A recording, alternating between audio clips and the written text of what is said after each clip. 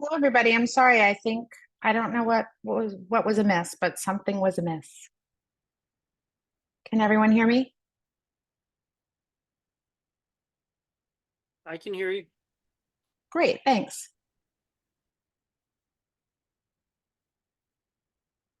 Just admitting folks here.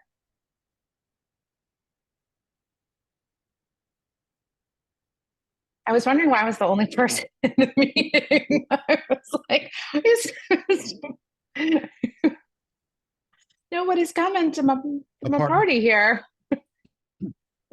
A party at one. A party at one sometimes. I know I looked down to text you guys to be like, is anybody else coming? And they were like, it's not working.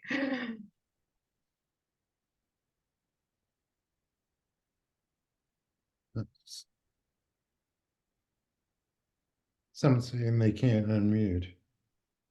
Oh, really? Does anyone else need to unmute? Let me make you co-host, Mitch. Make you co-host, Terry. And I'll spotlight Mitch and spotlight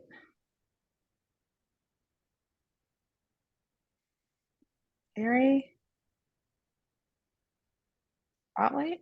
Tell me if this is working. Are we seeing everybody? Spotlight? Yeah, this is working for me. Okay, great. Terry, can you hear us? I can. Oh, I didn't hear your question. Sorry.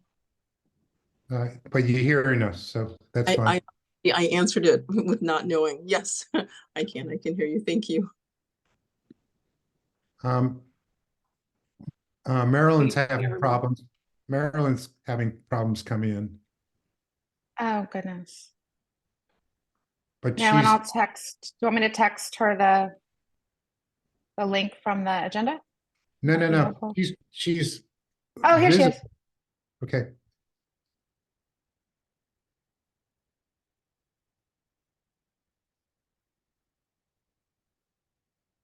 I'm looking for Marilyn. So There she is. can you spotlight her?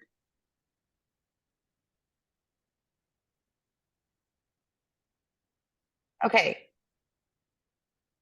Can one of you guys do that? Because it's 7 and we have a couple of participants who are anxious to be at the top of the meeting. So I want to start and get going as quickly as we can. So welcome everyone to the March meeting of ANC3F.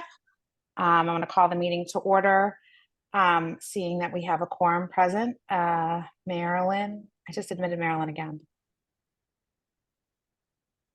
Marilyn, are you here?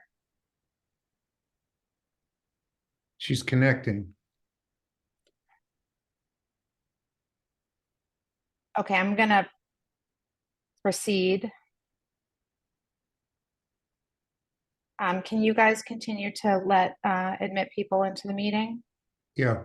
Thank you. And if you see Marilyn, if you could.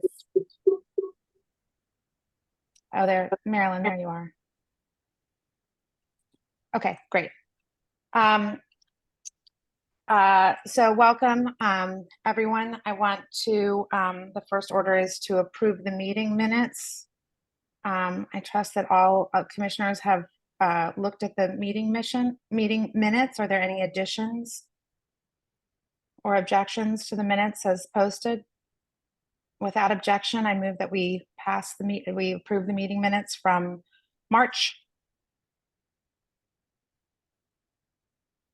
Okay, so moved. I second. Okay, Yeah. and all in favor? Aye. Great, Aye. approved.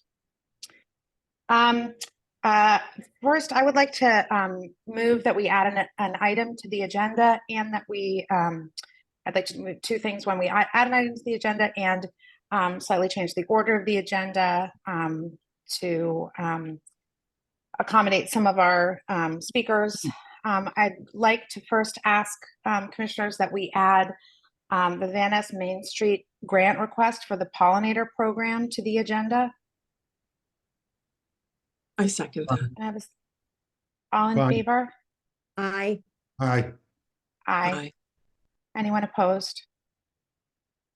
Great. So we're going to add that at the end, I guess, along with Project Pipes, Gloria. We'll put that there because we're going to vote on granting the grant. Thank you. Um, Appreciate it. Thank you so much, and apologies for the oversight in adding it to the agenda. That's really, I take responsibility for that, and I apologize. It really has no bearing on how vitally important I think it is to the neighborhood. I'm really excited about it. Okay, I'm asking that we also please move committee reports behind our regular agenda so that we might allow Lieutenant Vandermeer to go first from MPD. Is everyone okay with that? Yes. Great. So let's proceed then with Lieutenant Vandermeer. Are you here? I'm here, ma'am. Thank you. And Great. thank you Thank you so for- much. Yeah, thank you guys for making the adjustment. You know, it's as I was explaining earlier, it's it's just tricky. There are 3 ANCs that overlap with my patrol service area, and sometimes you guys all meet at the same time. Sometimes there's a week apart, and so to handle my bedtime responsibilities as a dad, it's just the 7 o'clock, closer to 7 work tonight. So I really am grateful. And I saw Gloria on there. Gloria, I tried to reach out to you today. I know that I owe you a phone call. I know that Ms. Branch is trying to set up I believe you were trying to facilitate some sort of a walk there in the park with Parks and Rec, ourselves, with MPD, and maybe probably the Department of Buildings, which based on the decibel. The need for a Yeah. decibel reader, and we could talk about that some more. But anyway, I just want to let you know. Lieutenant, I reached out to Matthew Barclay about that one. So I think we've got a lot. I had actually asked about a walkthrough on the 5,000 block of Connecticut Avenue, because we did want it down at 4,300, but I'm also responsible up to Nebraska Avenue, and Politics and Pros and those businesses have been asking for a little bit of attention up there. So I was really reaching out to you about the 5,000 block. But yes, Okay, I'm also involved. I'm also involved with the park.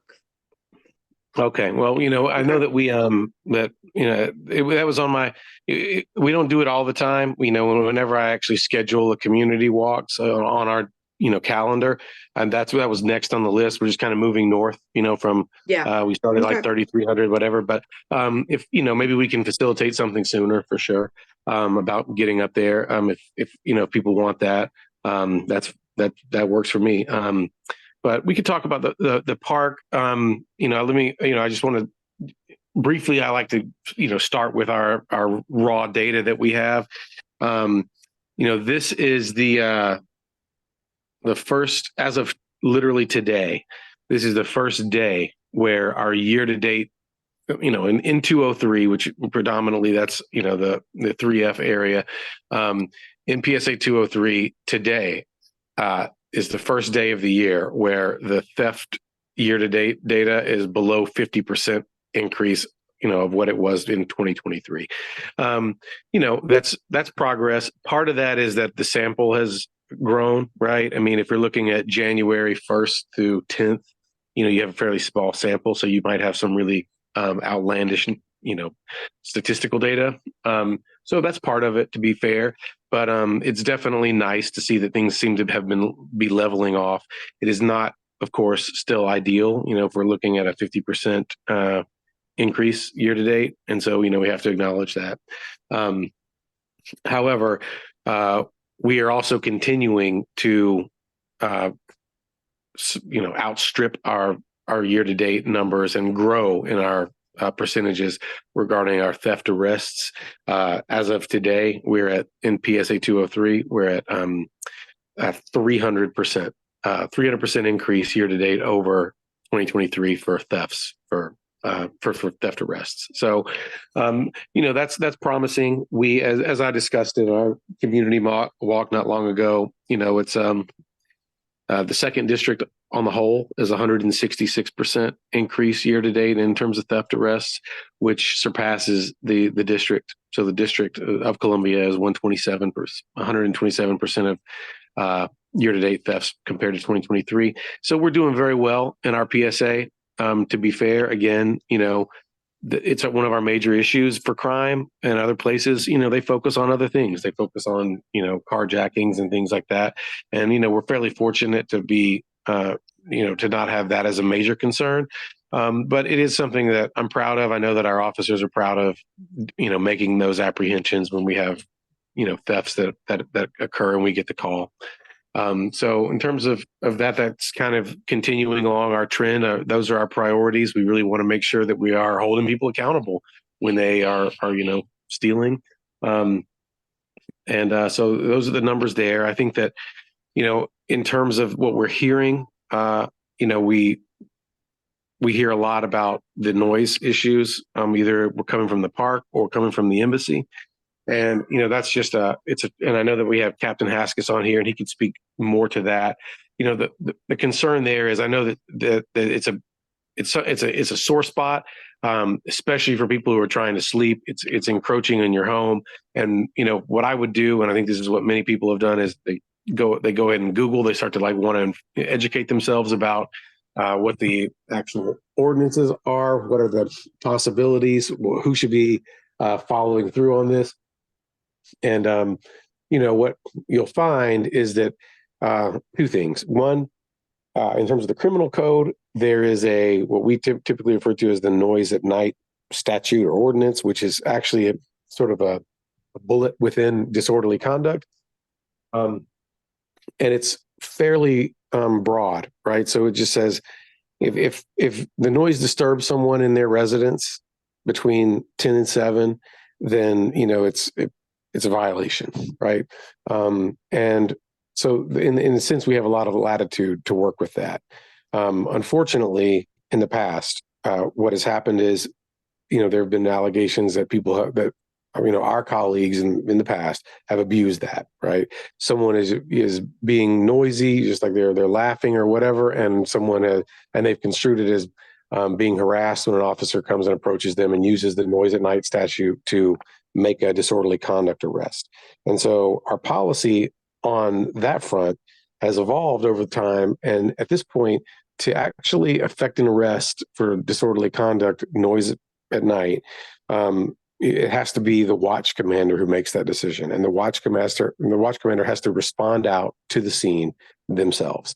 So reason being, we just want to make sure that we are not being heavy-handed with the way that we enforce that fairly ambiguous, not ambiguous, that fairly broad statute, right? And so what that speaks to is that from our standpoint, we really try to gain voluntary compliance. Well, if someone calls, that, expressly is evidence that in their residence they have been disturbed between those hours, we will respond out and we will try to speak to the source of the noise and say, listen, explain to them the statute. And if they have a big event going on or something, we try to be respectful and give them a little bit of time to break it down. And as long as they are showing progress, and usually what, they do, because otherwise, we can take that course of action where we will, if necessary, effect an arrest. But usually people will comply if we give them warnings and we respond, and we just kind of hang around and start to set time limits for them that are reasonable. And we kind of, approach it as a negotiation. And generally we have luck with that. If that were to proceed to its end point and we were to have to, actually take action, even then it's not really going to be, it would be what we, in New York, they call it desk arrest. We call it a 61D. It's basically we issue a ticket and it is technically an arrest. If they don't pay the ticket, then it can turn into a warrant and they can be taken into custody. But, for all practical purposes, we write them a ticket in that situation. And so, you know, a lot of this is, you know, just speaks to the fact that it's generally a more effective approach to try to reach out, talk to them, explain the statute to them, explain to them the fact that they're bothering their neighbors, that we've received, you know, X amount of calls, and, you know, we can get some compliance that way almost all the time.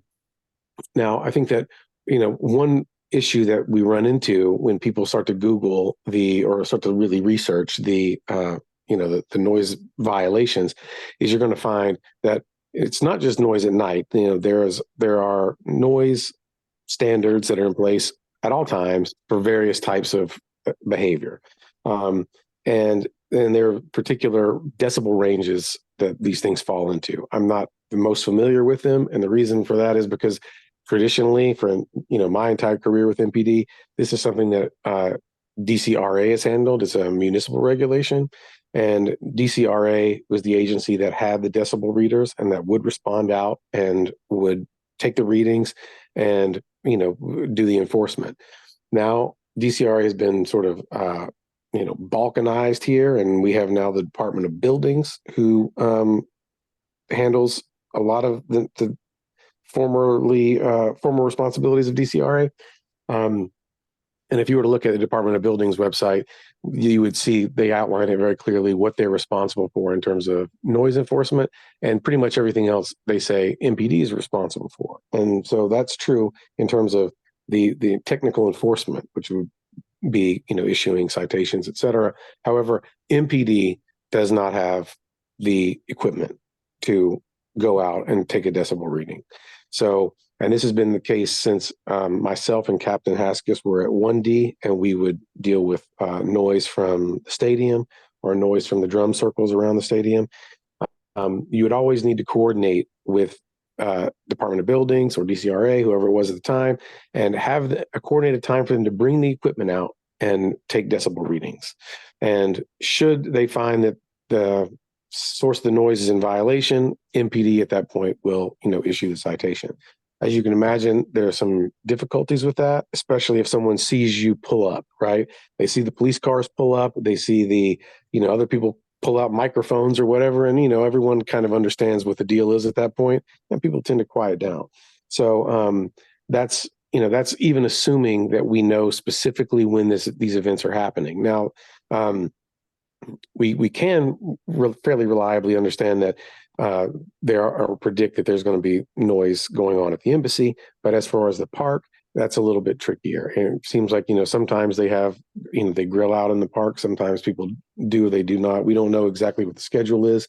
And Department of Buildings, they're effectively a Monday through Friday, 9 to 5 sort of operation. So we would really need some concrete understanding of when a potentially problematic event was going to occur in the park to schedule for them to come out with the decibel readers. And even then, when they were to come out, you know, there's a good chance that the source of the noise would just turn it down, which would kind of, you know, hamper that. So all of that speaks to, in terms of those like more ad hoc noise issues, we just really want to respond out and try our best to just negotiate something and make people comply.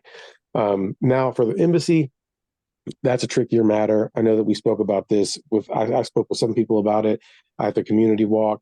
You know, certainly, yes, it's on public space.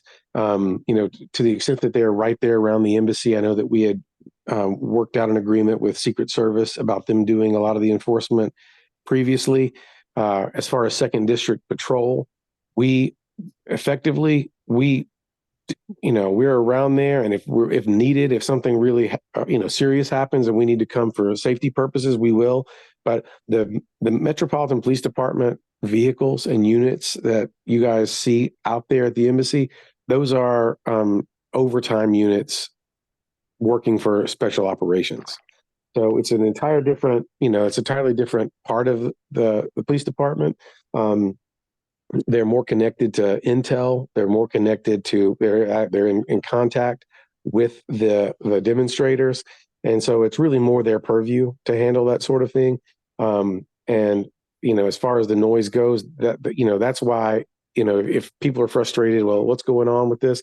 The second district, patrol effectively, we see that as this is, for a while, Secret Service is handling it.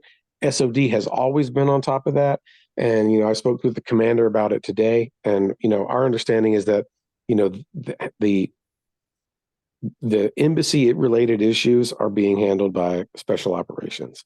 But I imagine that they would have the same response that I just gave about the noise, which is that they do not have decibel readers. They will need to coordinate with the Department of Buildings and bring that out and bring someone out there.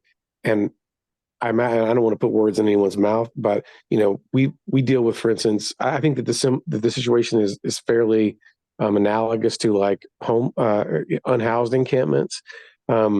We know that there's a violation. We know that someone's not supposed to be sleeping or having an encampment, like say in a park.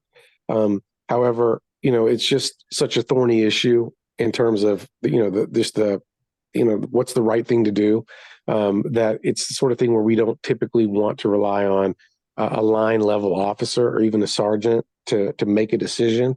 And so that's the sort of thing we tend to stay on top of it, report up, and or even maybe outside of the police department, even in terms of the mayor, the mayor's office is going to be involved in that sort of decision making. And so it's just really that's the best sort of input I can provide about that, is that it's kind of, not to just punt and say it's above my pay grade, but it's such a delicate issue that it really is not something that unilaterally the second district handles. And I can as evidence of that is just the fact that SOD provide the units that are sitting on it all the time. So I mean that's the feedback I can sort of provide you guys right now. But certainly if you have questions, maybe hopefully that answers some of the questions, but maybe it raises more questions. Certainly I'm happy to address things if people have issues. Are there any questions from commissioners? Questions from the community? I'm trying to look if you would raise your hand. Amy? Amy, can you unmute yourself? Yes, Courtney? yes. Oh, I'm sorry. Thank you. I want to commend the second district. A week ago today during the day, a woman was shouting obscenities and threats in the alley behind 4500 Connecticut for a good hour. And the police came with somebody who I think was from the emergency response team. And they were able to calm her down and get her back into her vehicle. And it was settled amiably. But then the same woman came back a few days later and at 3 a.m. and started shouting again. And, these apartments have been hot because they don't turn the heat off until the air conditioning on until the heat is off. So we have our windows open. So really what this comes down to in some instances is, and this is a request of the chair, that we still have instances where I hardly ever see a case manager coming to Connecticut House, and there are people who aren't getting the treatment they need for mental health and addictions emergencies.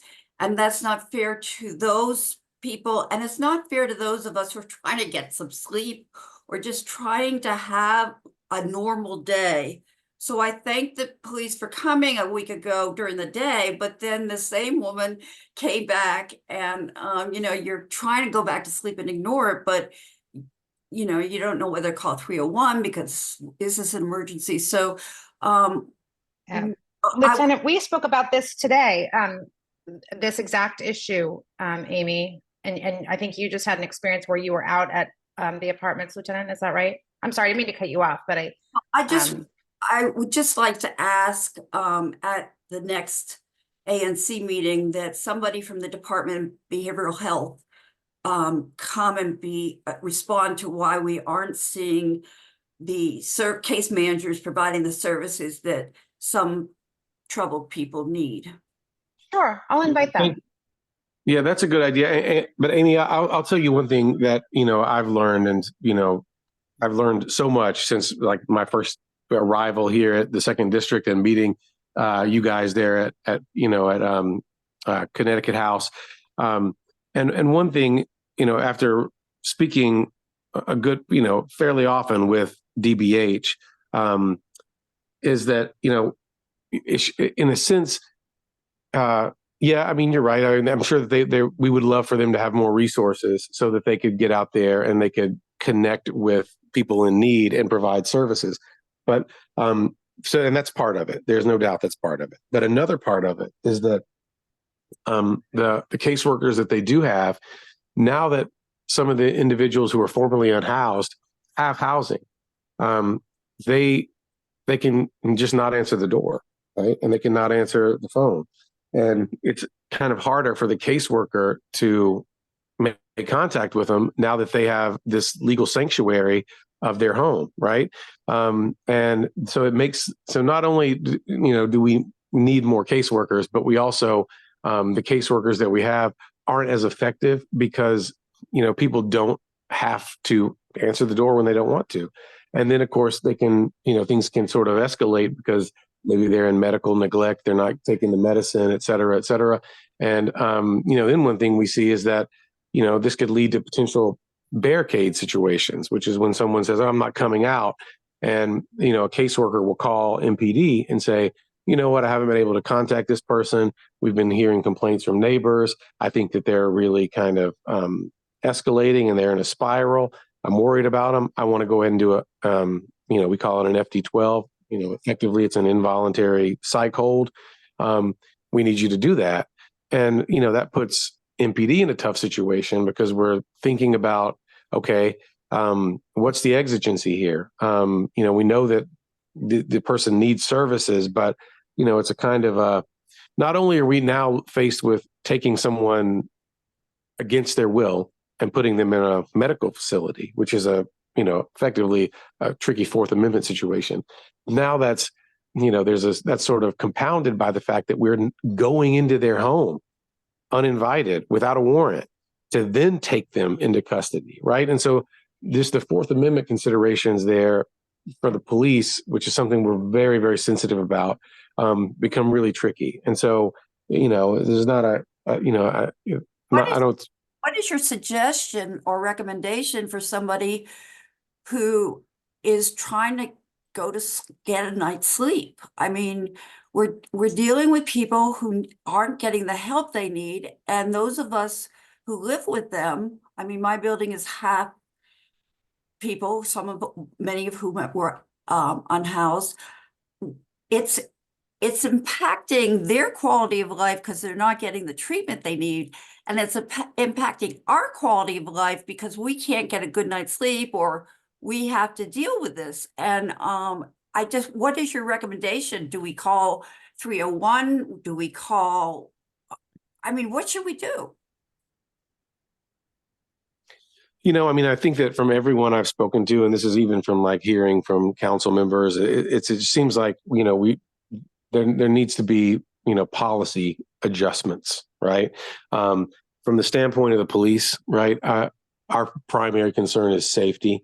That noise at night statute could apply to the situation you just described. However, if someone doesn't answer the door for us, if we don't think that there's a safety issue, we really need that to go into someone's home.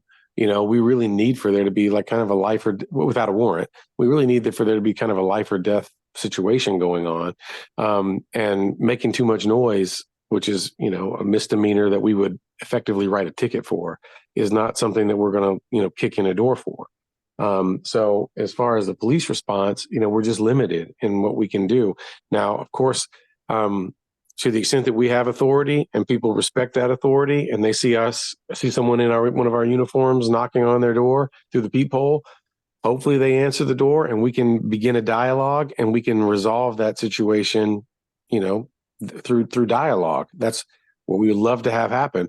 But, the way you're characterizing it is that people aren't necessarily being reasonable, right? And in that situation, what are the prospects of dialogue to resolve a situation like that. And, they're kind of limited. And that's just the reality of it. I think that the pressure that the voice that you guys have been able to like generate through your meetings collectively, it's clearly heard. We talk about it all the time. Everywhere I go, we talk about this situation. And so I know that it's something that's on everyone's radar. But as far as the police response, predominantly, if you're talking about people, neighbors being noisy, there's just, there's really not a lot that we can do.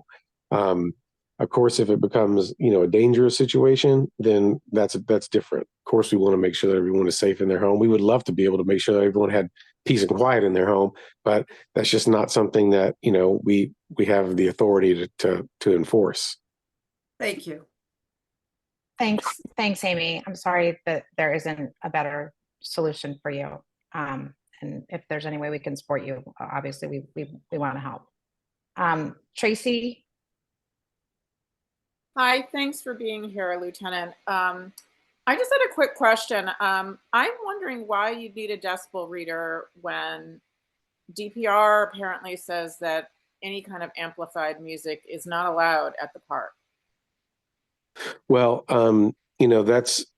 there's also most of those parks are they're closed at dark too, right? So there's that, right? So it's really not. I mean, that's the to cut to the chase.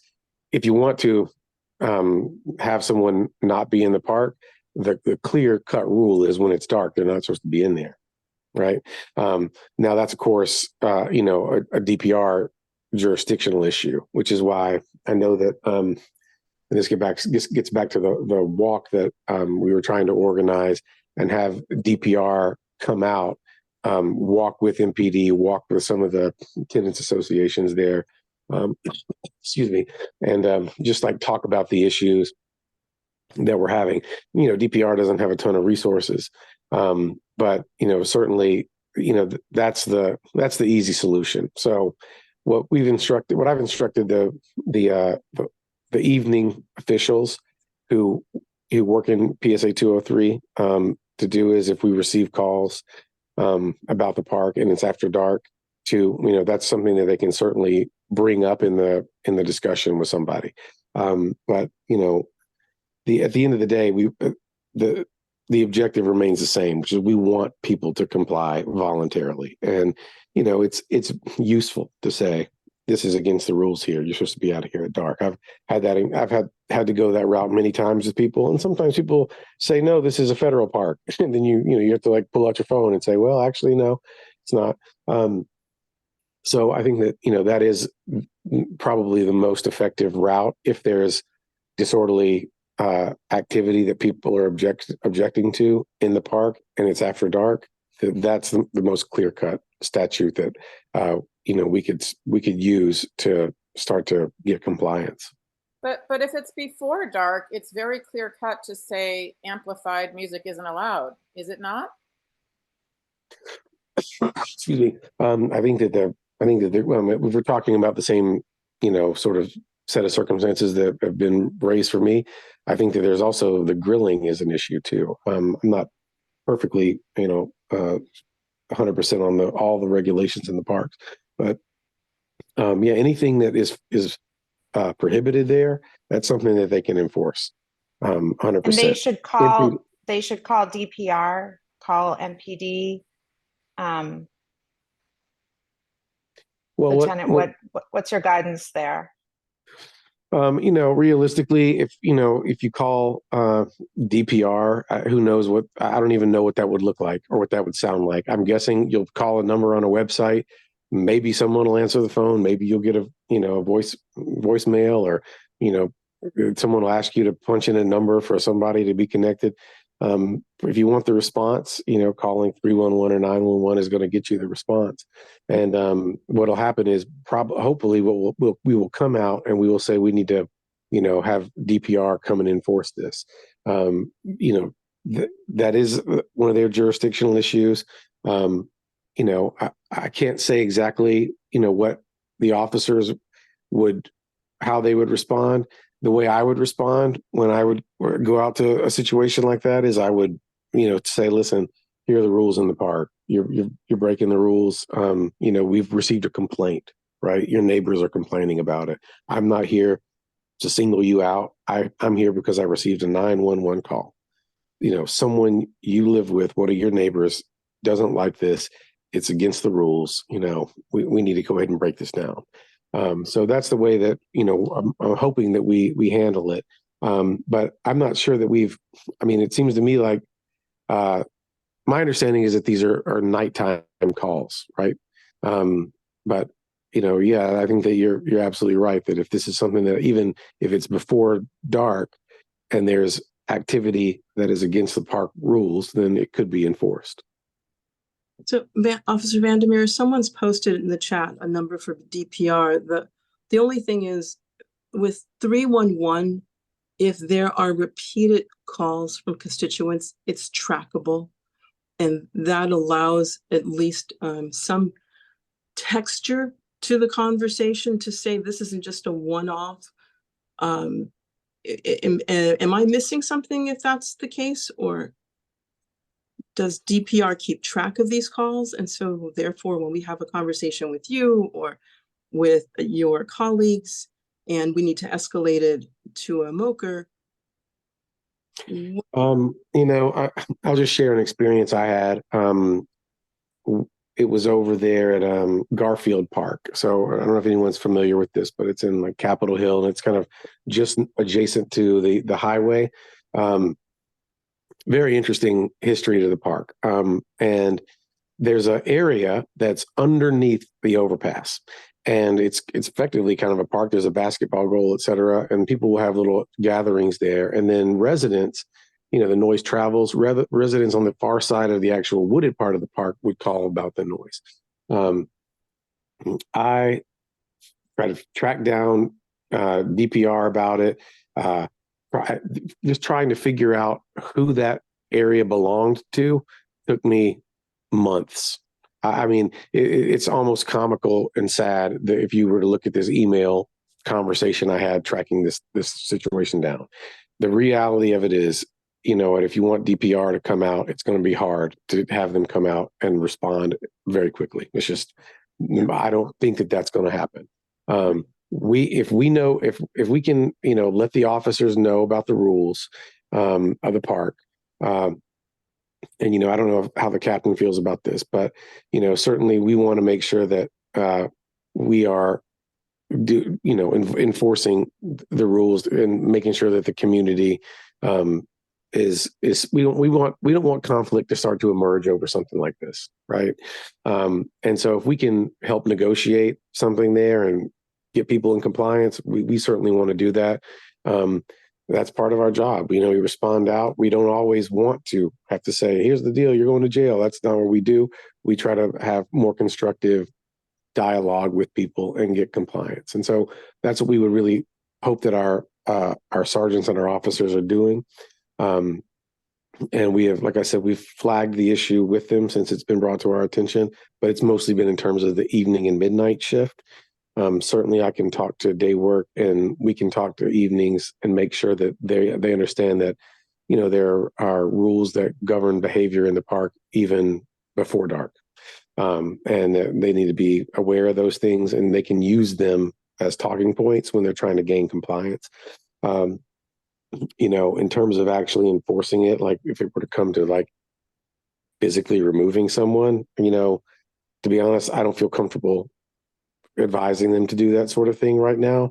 But so it might be an issue where we need to work and really put some pressure on DPR to come out. And I think that having that walk is a good first step. But in general, it sounds like there was one person who I was, alerted to that, they were having some sort of get together there with grilling. They felt like the neighbors should not have called the police and that they could have worked it out constructively. And, to me, that sounds like it's a fairly good sign because it sounds like the person is willing to, engage in conversation about it.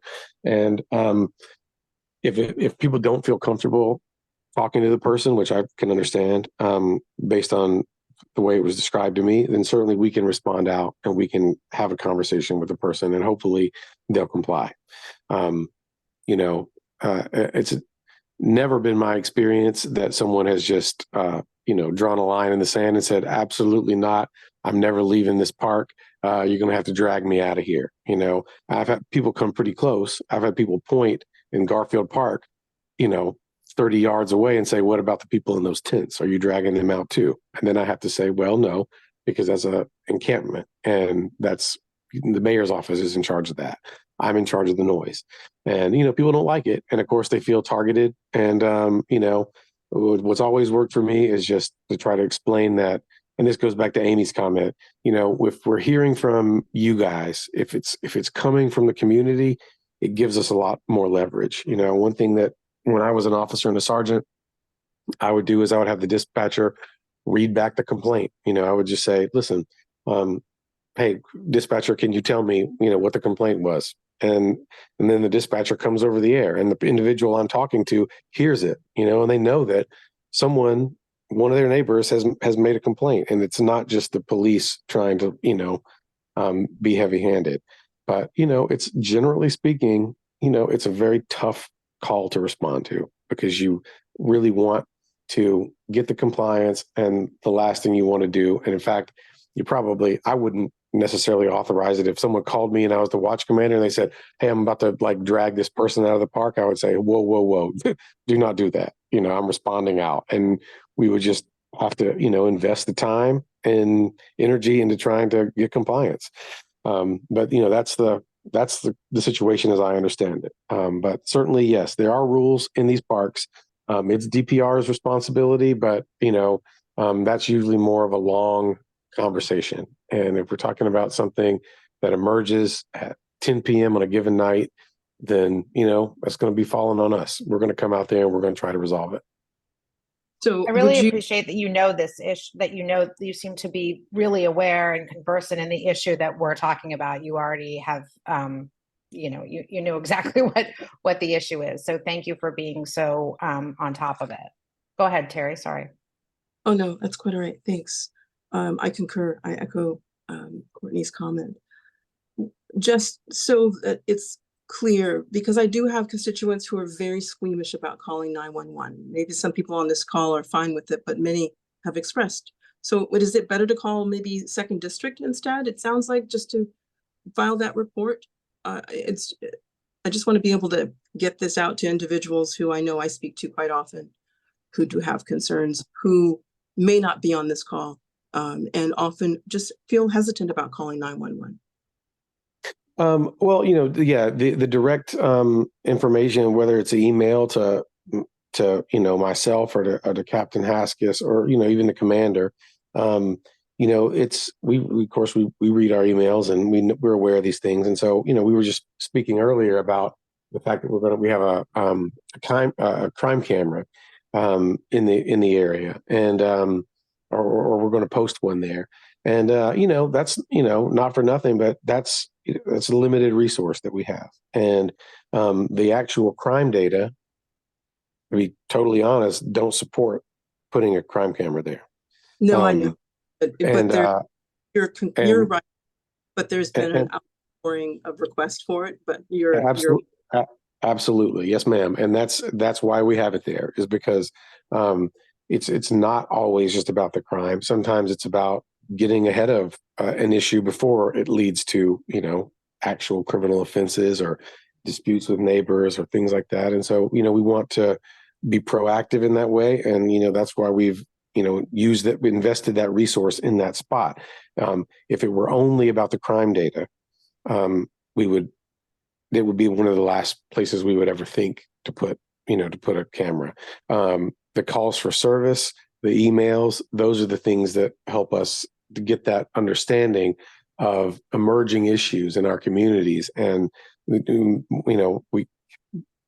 create some urgency on our part to do something before things get worse. So if you guys were not so vocal about it, that's not something we would have done, just because we wouldn't have even known. And so, maybe we would have known in the sense that, someone drives by and they see, oh, someone's in the park after dark. But, unless someone complains about it, like I said, that's a situation where it's problematic for us to go up and, sort of on our own, enforce something without a complaint that's effectively a quality of life issue and where a lot of people are enjoying it. So we would not really take enforcement about something like that unless we had a lot of feedback that it was a problem. And so because we have received that feedback, both through the, calls and through the, emails and things, that's one of the first steps that we're going to take is we're going to put the crime camera there. But also, like I said, we've really sort of raised the issue with the units who operate there and, talked about, the fact that it is an issue and that, we want it addressed. And so when they see it, then hopefully they know to address it with some finesse. That's the important thing, because the people who are in the park after dark, they're residents too.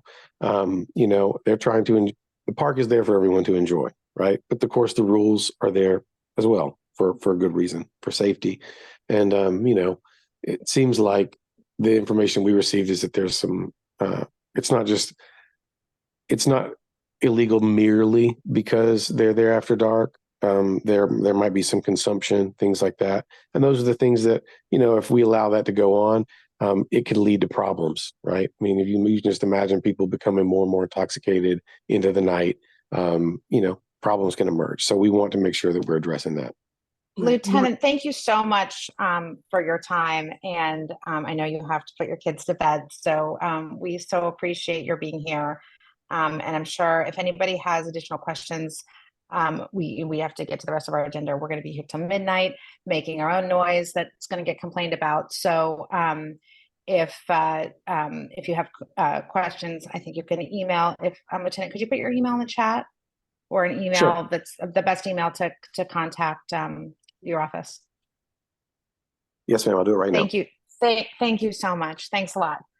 Yes, Okay, everyone, all. we are, thanks. Have a great night. We're moving on to ABCA, Community Manager Sarah Weniger. I'm sorry, Sarah, that you're a little later than we had intended to have you on. And I am looking for you here to try and spotlight you. I'm right here. Hi, thank you so much. Sarah is here from ABCA. Sarah, if you want to just introduce yourself. I had asked her to join our meeting to talk a little bit about the new cannabis licensing program and to answer some questions that we've had from the community about both illegal cannabis shops and what constitutes a legal or in the process of being licensed establishment, just so that we all know what the rules are, and how to if you do have a concern, how to lodge that concern with ABCA. Thanks so much, Sarah, for being here. Of course. So I am Sarah Weniger. I'm the Community Resource Officer with the Alcoholic Beverage and Cannabis Administration. We issue and renew licenses that allow for the sale, service, and consumption of alcohol and now medical cannabis in the district. We are currently working, we had an open period for unlicensed licensees to get in compliance that ended I believe the beginning of February. At the end of February, we were given the power by regulations to go out and enforce unlicensed establishments in the district, which is what we're currently doing. We're doing it as a task force form. So not just ABCA is going out, we're going out with Department of Buildings, Department of Licensing and Consumer Protection, DC Health, Metropolitan Police Department. So we're going as a multi-agency approach to try to work with shutting these illegal establishments down. So I know there's 3 particular places of interest in your community. The first one would be the one on the 4000 block of Connecticut, and they did apply for a license with us, which is pending. The other one is located within the Saratoga apartments, I believe. That is not permitted. That is actually, enforcement was notified about that establishment today, and they added it to their tracking log. We also don't have a record of Canna Art, which is located on Connecticut Avenue in the 5000 block. We don't have a record of them applying as well, and enforcement is aware of it. If you notice that there's anything popping up in your community, you can reach out to me, or you can call our enforcement hotline number. You can also file a complaint through our website, which is probably the best move because that's 24 hours. And our general line can route you to an investigator as well. But our website does have a really wonderful complaint logging form, which I really recommend. If you have a hard time navigating our website, which also includes information about establishments that applied during the open period for unlicensed retailers, that's all available. If you have any questions about navigating that site, please let me know. And I can type my email address in. But I wanted to make sure I had time to answer everyone's questions because I could go on forever and that might not actually be what you need. So Thank you. Do commissioners have any questions? Claudette. Commissioner David. Thank you, Chairwoman. Sorry, I couldn't figure out how to raise my hand all of a sudden tonight. Thank you, Sarah, for joining us tonight. Quick question for you. I had a former commissioner, now constituent, ask about the establishment on the 4000 block of Connecticut Avenue, because the last commissioner worked really hard on trying to protect businesses on a Connecticut Avenue and the type of businesses on Connecticut Avenue. And so I'm wondering if a business applies for license, is there a way for the ANC to have impact on that establishment actually being able to operate in the community? absolutely. That's a wonderful question. So like liquor licensees where you see placards go up and we provide notice to your ANC email address, which all of you have probably seen a few emails from us. We are doing the same thing with medical cannabis retailers. You will receive placard notice. You will have 45 days to file a complaint. Any ANC within 600 feet of the establishment is able to file a protest. The only difference really is that nobody else is able to file a protest. Only the ANC can file a protest against the establishment, as opposed to liquor licensing, which allows a group of 5 or a community association. So also the ANC has the ability to enter into a settlement agreement, much like the liquor licensing process. This is a new territory for a lot of people in the district. You probably haven't seen a settlement agreement for a medical cannabis retailer yet. So I just want to make sure that you know that you feel empowered to reach out to our legal team to provide language or provide a sample settlement agreement that they can review and let you know what can and can't go into the agreement.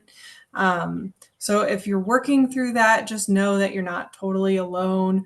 We're not in college. If you want to plagiarize another agreement that doesn't exist here, you might as well steal content from other agreements because it's a good starting point. Thank you. Thank you so much for that. And that Sarah did check on that particular establishment, Claudette, which we all noted as a lot of people made note of it as Mr. Green, and they are in the process of applying for a license. I think you said that, Sarah, but I wanted to make sure that's clear. It's not through the process to the point where we can get to it yet. Terry. Thank you. Sarah, you mentioned the Saratoga, and it's great news that they are on that list. In addition to what you're doing, which must happen because this is amazing that it's occurring, The Saratoga Property Management is also handling it from a residential legal perspective, because that's a violation to their lease. And I would encourage that the process in engaging this illegal marijuana distributor, that you also engage the property management, because they're very much they're in agreement with what you're doing. Yeah, I can't speak to when we're gonna go out or visiting the neighborhood anytime soon. We are going through our tracking log, and we're hitting up different parts of the city at different times. So, for example, we went to Georgetown, we've been to H Street, and we're writing our citations.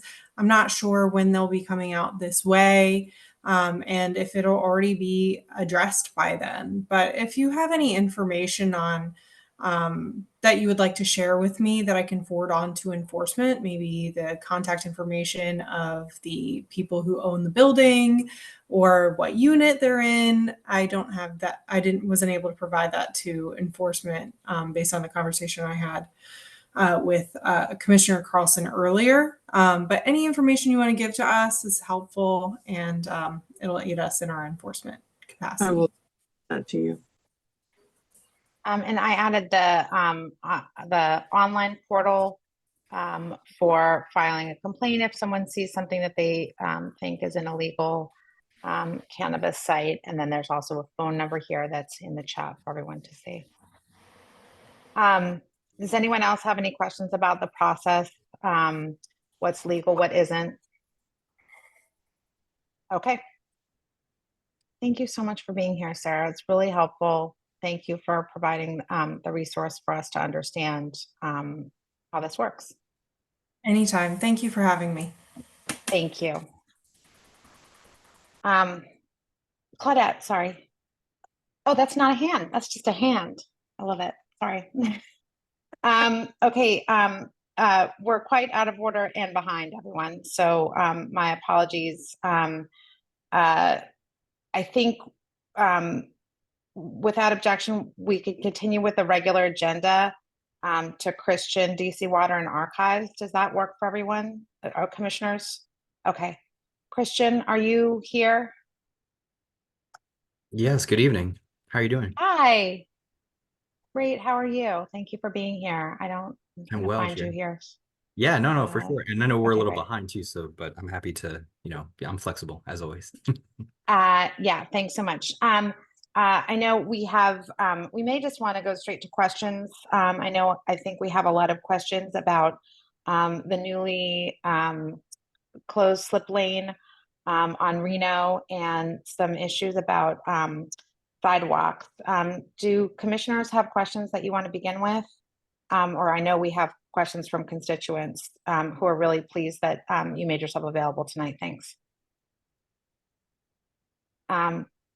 Terry? Thank you. Hey, Christian, how are you? Hi, Commissioner. Good evening. I'm well. How are you doing? I'm well, thank you. Just wondering if there's an update regarding Alton and 35th with sidewalk or progress, safety issues, and there may not be, but just curious. Yeah, I don't know. So and I can kind of explain both. So we have the TSI process, which of course is for traffic safety inputs. We do have a new sidewalk team that is looking at sidewalk gaps. So that is under a different kind of categorization. So we have a different team that handles all that. So we've already reviewed all the missing sidewalk gaps across the city. And then the highly critical ones, as they put it, are going to be put for different fiscal years. So we have a sidewalk dashboard that I can link to the chat when I'm finished, where the public can kind of see what we are looking for this year. And obviously, I think it goes up until fiscal year 26, I believe. So there's at least like a 3-year gap of what residents can see about what's going to be included. And of course, those are, of course, they're pending for changes. If there's a massive project that's going to happen, we can bundle some locations as needed. But generally, we've begun to be much more transparent and forthgoing with our communication with our sidewalk program. Thank you. But to answer your immediate question, I don't think that location has been scoped for this year, but I can definitely follow up in terms of when it will be somewhat of a timeline to let you know. That would be much And Christian, appreciated. if someone wants to make a particular request, what's the best way to go about that? It's not on 311.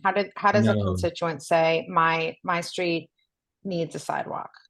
Certainly, yeah, they can email me, and I can route them directly to our sidewalk gap manager, or they can really also use you guys too. The ANC use resolutions. We don't have a feature in 301 because we've already have a really robust review process we've done on all the sidewalk locations, but getting input from the community, of course, would elevate some of those locations as well. So not to kind of punt the ball to your court, but it definitely allows us to have some kind of physical evidence from the community on some of those, which I know many I of was you just thinking maybe there was a better way than me just continually emailing you. No, and I'm happy to do so. I mean, I think that's just, part of the role. I think in an ideal world, there would be a much more streamlined process to kind of have inquiries go through kind of a formal sidewalk request for. I know other cities across the country do have that type of application, but we have actually been very proactive on kind of already identifying where the gaps are and using our budgets properly and appropriately to, make sure we're getting the most critical locations done. Okay, thank you. Dave Skidmore. Oh, you're on mute, sir. Oh. Now I'm unmuted. Okay. Again, thank you for joining the meeting. I had a question about the slip lane. I'm wondering if that's the one leading from Reno to 36th Street. I'm wondering if that's a irreversible decision. I did look at the public comments, and they were split, with somewhat more favoring the closure than opposing it. But it seemed to me that all the people who favored the closure were concerned about slowing traffic and pedestrian safety, and it seemed like there would be other ways to do that, such as just putting a stop sign at the end of the slip lane and maybe some speed humps in the block. So I'm wondering if you're going to, one, analyze traffic flow in the area as a result of the closure. I know Sheridan School had already been concerned about GPS diverting people onto Yuma, and it seems to me that more people will go up to Yuma because of that very sharp turn on the Warren. So anyway, is it possible to reverse this decision? What would be the timetable? What kind of analysis are you doing now that it's closed? Yeah, no, certainly, and thank you for joining. I know you were definitely one of the we kind of conversed via email, so it's good to Yes, yeah. So right now, typically with these slip lane closures, I don't know of a process in the past where we've undid some of these changes. But it being a tactical surface, meaning we use flex post and planters, it's not like a concrete barrier. So there is always room for us to reevaluate and look. And I know our engineers, will use this kind of opportunity to look to see if there's, considerable positive effects. Now, historically, in all the slip lanes we've closed in the city throughout the years, we've all seen positive effects, kind of become the norm, right? It provides a safer area for pedestrians. It forces vehicles to make, slower turn radiuses to, make pedestrians more visible. So there's historical evidence that they do work, but to the degree of it being a tactical installation, there is always room for us to reevaluate and reconsider. I do also want to note a caveat. I know you mentioned, other options for traffic safety, like stop signs. I do want to clarify that stop signs are not speed calming devices. They are volume. They're designed for reducing and managing traffic volume, not speeds. And so there's a common dissonance there that I do get from residents, and I want to make sure that that's clear. That physical interventions like speed humps are designed for slowing down vehicles, but stop signs are designed to manage the volume of two intersecting streets, where one of which is often a higher class in terms of higher vehicle traffic, higher flow, and that's usually managed from like a giant FHWA standard we use. So right, I understand. I thought the combination of a stop sign with the speed humps would effectively slow traffic and not force cars to make that very sharp turn onto Warren, but would accomplish the goals of improving pedestrian safety and slowing traffic. So it sounds like you don't have any, it's not impossible to reconsider, but that you're not planning on doing it. You're not doing any analysis. It just seemed to me, many of my neighbors, we learned about this in Councilman Fruman's newsletter, and we sent in comments, and the comments were on both sides of the issue, but and then the lane was closed within weeks, so it seemed like you all had already made your decision before the comment period. But that's just my impression. Would it be fruitful to go out there again, or Christian, would you be willing to come out with us during a rush hour period and see, I know Dave and Paul and others on this call, and I stood there for over an hour one day, and a lot of us see it every day, but maybe we could look at it again and point out if we see any impacts. I mean, maybe we can wait a month and try and do that. Does that seem like that would be productive, or would you be willing to do that with us, Christian? Yeah, no, certainly. I am always available to kind of meet everyone on site and look at some of the, existing conditions. But, I think in terms of this particular, maybe in referencing the timeline and kind of how expeditiously we installed this feature, slip lane closures they're historically wrong infrastructure developments that were done decades past that really kind of promoted vehicular movement and speed. So when it comes to how quick we were able to close this, we recognized that it was a really elevated and heightened safety concern. And we typically do that across the city where we make a determination. We're legally obligated to code to the community for an NOI process. So while it seemed really quick, we still met our legal requirement to make sure we got input. And as you noted, there was a pretty good degree of those in favor and those opposed. And it still kind of gave us a little bit of a rationale of where we could look at ways we could potentially tweak things. But, in the grand scheme of things, cities across the country are closing slip lanes. They recognize that they're just bad urban design features, and the benefits of making sure that there's reduction in pedestrian conflicts is really what our goal is. But I'm happy to come out and, entertain, a conversation on site if needed. Okay. All right. Well, I think yeah. Go. I was just to say thank you. I hear you. My last question, and I think I know the answer to this. One of the comments seemed to say that a street can be closed only with a resolution from City Council. I'm not sure if that's correct. Do you know if that is correct? And if so, was there a resolution to close this particular street? Not that I'm aware of. There was no council resolution, but I think that refers to the permanent closure of a alley or of some kind of access that allows vehicles to like the difference between the slip lane and like an alley closure, for example, would be like we're doing it in the name of safety, whereas alleys can never really be closed because it provides, EMS and emergency vehicle access. And so there's a little bit of a delineation there.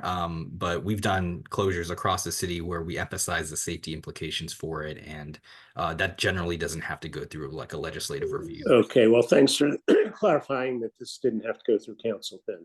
For sure. No, and thank you for your question. Thanks for being on tonight. All right. Paul Harrison. Thanks, Chairman. Thanks, Christian and Dave. Just real quick, this goes back to the question from Commissioner Hewitt. We're talking about sidewalks, but there is also the TSI process.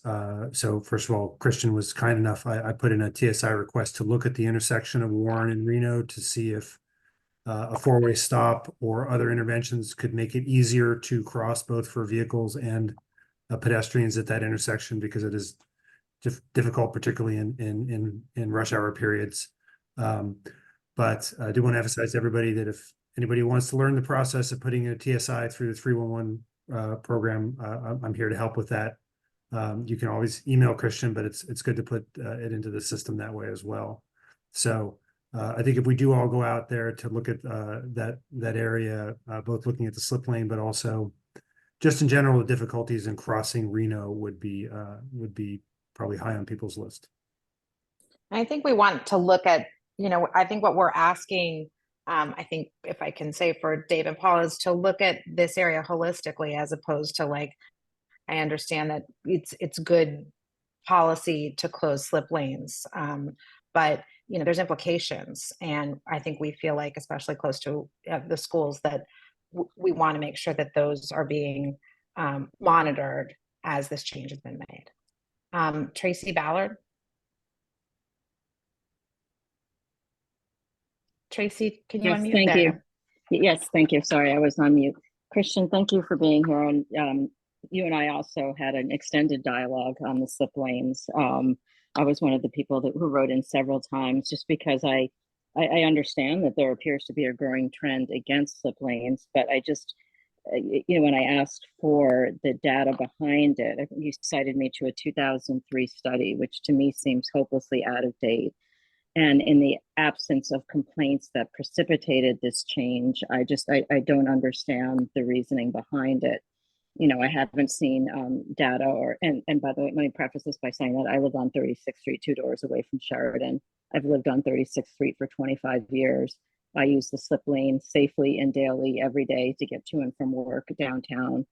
And I have 2 kids that cross Warren Street every day getting to school. And as some have noted, my concern is more for the pedestrians at that intersection. And I'm one who thinks that closing the slip lane actually has made that intersection more dangerous, because now there are cars making a sharp turn right. At the same time, you have cars coming out onto Reno and people trying to cross at a crosswalk. And, it's diverting volume to where most of the pedestrians are, which is my concern. So I'm in favor of continuing to study this intersection. But my question is, what was the impetus for closing this, 21 years after a study had been done? No, for sure. And thank you, Ms. Ballard. Great to also have you on tonight. And I know we've discussed in the past. So the 2003 study was a conceptual study that was looked at kind of the Cleveland Park, the Connecticut Avenue kind of area in general. A lot of different pieces went into that. And the portion of the Rock Creek West study, which is the one I think I initially shared with you, that was kind of took pieces of that original study and kind of looked into some areas more deeper. I don't think it highlighted specifically the slip lane, but it did note certain traffic safety concerns along that stretch of Reno Road. And our engineers, years later, really kind of looked at that particular intersection and what we can do to really enhance it. And so it's kind of a mixed bag. A lot of things we look at historically, but if there's if we see a design that's been poorly made, when the street was first incepted, I think our engineers take a very proactive approach. And I believe there were conversations too, and I'm sure the commission can clarify for those who may recall, but I think this conversation also was reignited back in 2017. And I know the community at that point was really vocal and really wanted to, make sure we had some traffic safety changes and closing off that slip lane too. So there's a variety of different topics that relate to that. And I think in history, when we do our slip lane closures, we generally do a corridor study or do some kind of analysis of that area. But we've done them so often in the city, most of the trends we've seen have been very positive. And so I think it was one of those that kind of was grandfathered in. But I'm happy to speak closer with the team, and maybe we can even talk about that in depth in person too, after getting more information. That would be great, because in the absence of, evidence of enhanced rate of accidents on 36th Street, of which I'm unaware, I've not heard of anything reported that this was a high accident corridor. This seems to be a solution looking for a problem. And I'm concerned we've created a bigger problem trying to solve for something that's not there. So I appreciate the continuing efforts to study the intersection and would highly encourage that. Oh, for sure. And I will say, just in addition to that, we are taking a more proactive approach as an agency. We typically don't want to be the agency that makes solutions when tragedy strikes, right? And so we try to be more proactive, more forward facing. If there's a history of vehicles that use slip lanes really quickly. And I know you mentioned, you do use it very safely, which I'm glad to hear. And I wish most people were like that. But unfortunately, there are just some really bad actors that, it takes one child on a bike in a crosswalk to get struck by a car. And, we don't want those types of tragedy stories to hit. So we try to be very forthcoming, and we think that this is a positive thing. But like I said, happy to still engage and really appreciate the conversation regardless too. Thank you, Christian. You're welcome. Josh Savage. Hi, just a very brief process question. Before you all decide to move forward with installing a new sidewalk, do you do any kind of pedestrian throughput study to understand the volume that was not there or you would expect to be? Or can you speak to the kind of metrics you look to before executing a new sidewalk? Over. Yeah, no, and thanks for the question. We have a performance team that looks at all of our data across the city in terms of metrics on what we can use to really enhance some of these areas. Our current policy for new sidewalk construction is making sure that we're providing one sidewalk, a sidewalk at least on one side of the street if there is none on both sides. And so the sidewalk gap program, the genesis of where it came from was really looking at how we can maximize the construction of at least one sidewalk on one side of every street. So I know there's pedestrian counts. I know there's data that goes into that, and I'm happy to work with you with our sidewalk manager on some of those really specific technicalities. But there is a pretty comprehensive view. But we also are very like the slip lanes. You know, we're also very adamant on moving forward because we know if we build this infrastructure, you know, it's just going to make a safer alternative for pedestrians that they're not using one side or they're walking in the middle of the street, which, you know, poses a risk. And so it's kind of both, you know, they're objective, but also just kind of generational approaches that we take. Great, thanks. Commissioner Bear. Christian, I'd like to just follow up on what Josh just said. It appears that DDOT is going to consider and maybe put in a sidewalk on the other side of Albemarle. That is just to the side beyond Connecticut Avenue at 32nd. And the Albemarle already has a sidewalk on one side. And the proposal is to put a second one in there.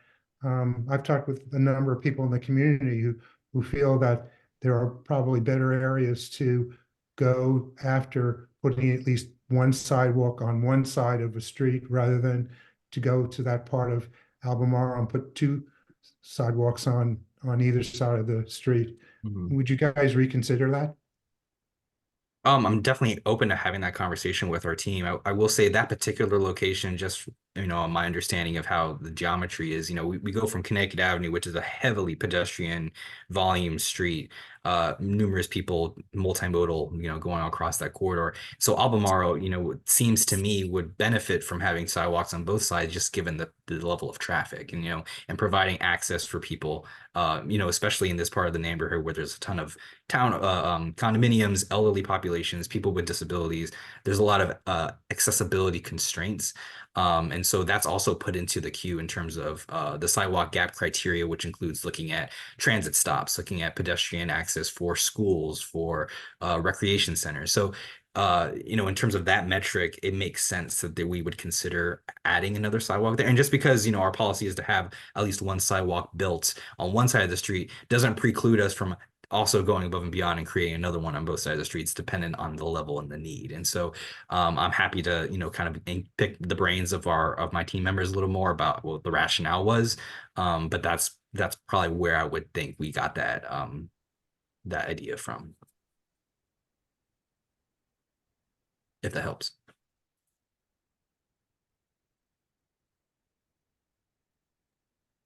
Thank you. You're welcome. Oh, Commissioner or Chair, you're sorry, Terry. Terry, Commissioner Hewitt, go ahead. We are pushing against time, so.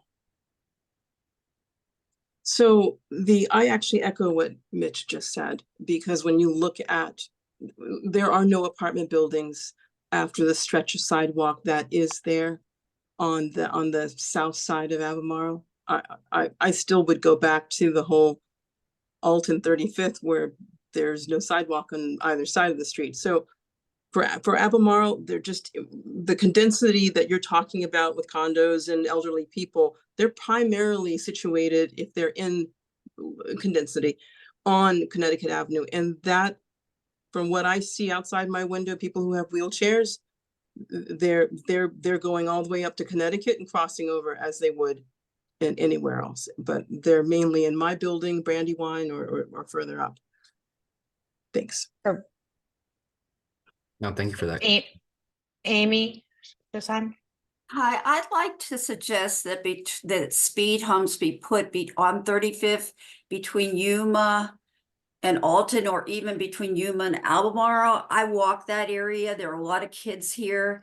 And one of the neighbors at the juncture whose house faces is on 35th, but it abuts Alton Place, said that since that slip lane has been closed, that has increased traffic, but people just speed through 35th Street from Yuma going down into Albemarle, and Alton Place now has 2 speed bumps on it between 35th and 36th, but there are no speed bumps between Yuma and Alton Place or between Yuma and Albemarle, and traffic is just speeding through there, and there's no sidewalk, so we're walking our dog or whatever, and we're competing with traffic. So what is Amy, we've walked this with Christian, Paul Harrison,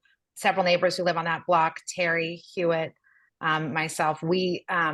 We've put that request in. Christian, do you? I mean, I think he just said earlier in the call that it's not on the priority list. This ANC, I would say, if I can speak for us, officially disagrees with that. We totally agree with you, all of us. Right. No, and I, oh, go ahead. I'm sorry. Courtney, were you saying you agree with putting sidewalks on 35th there, or speed bumps? Sidewalks, speed bumps.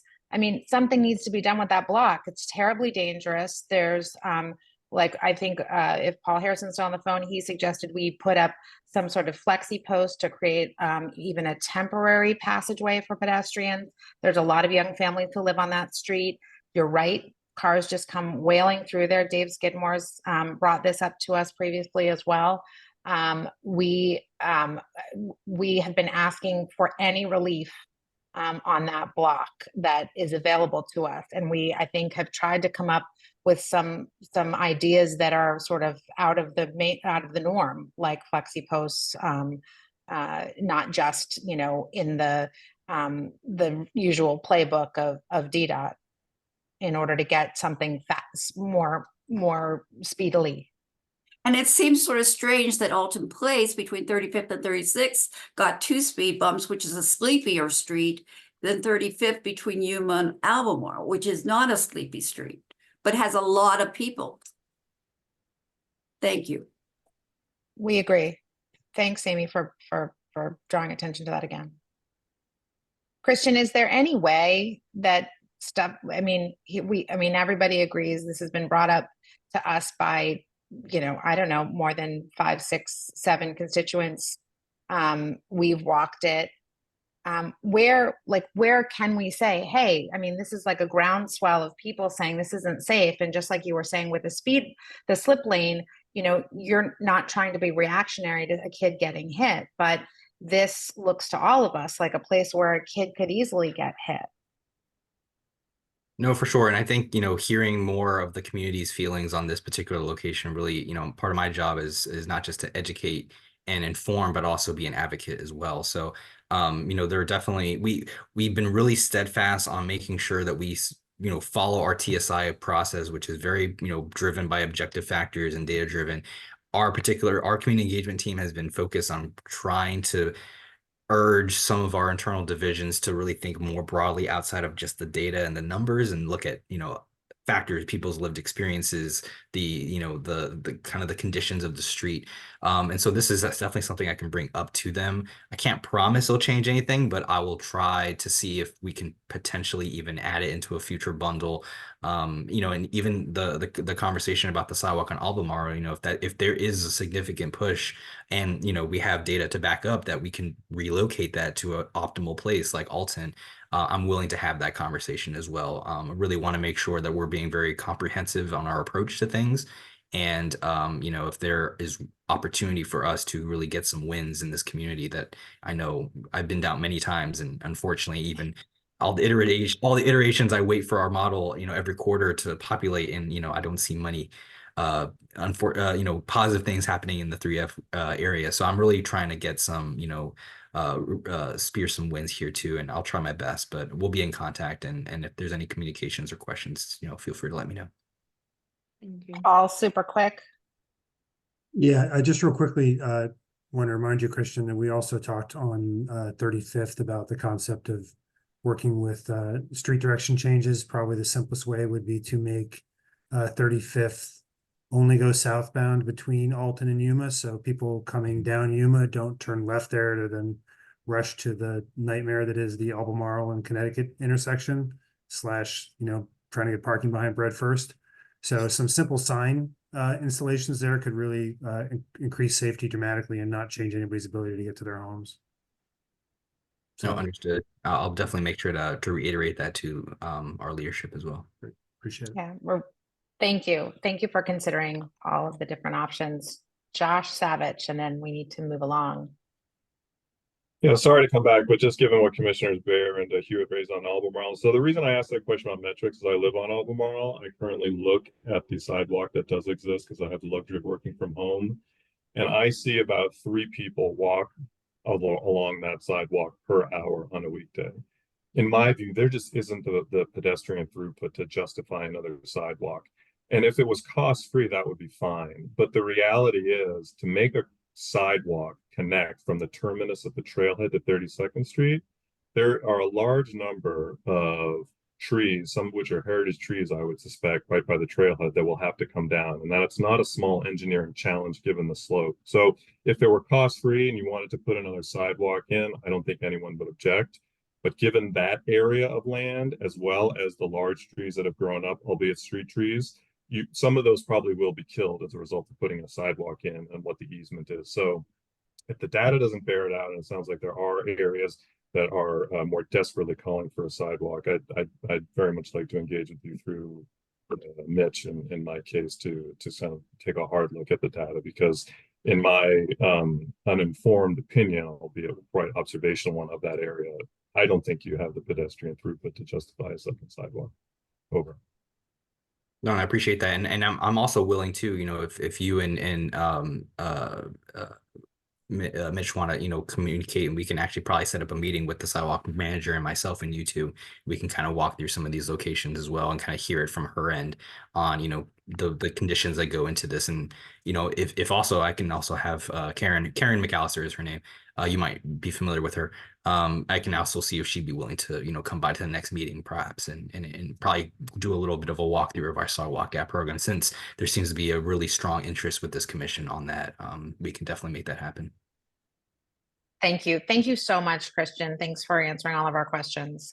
Nice to see you. Thanks for having me tonight. Thanks. And have a great rest of your evening. Thank you.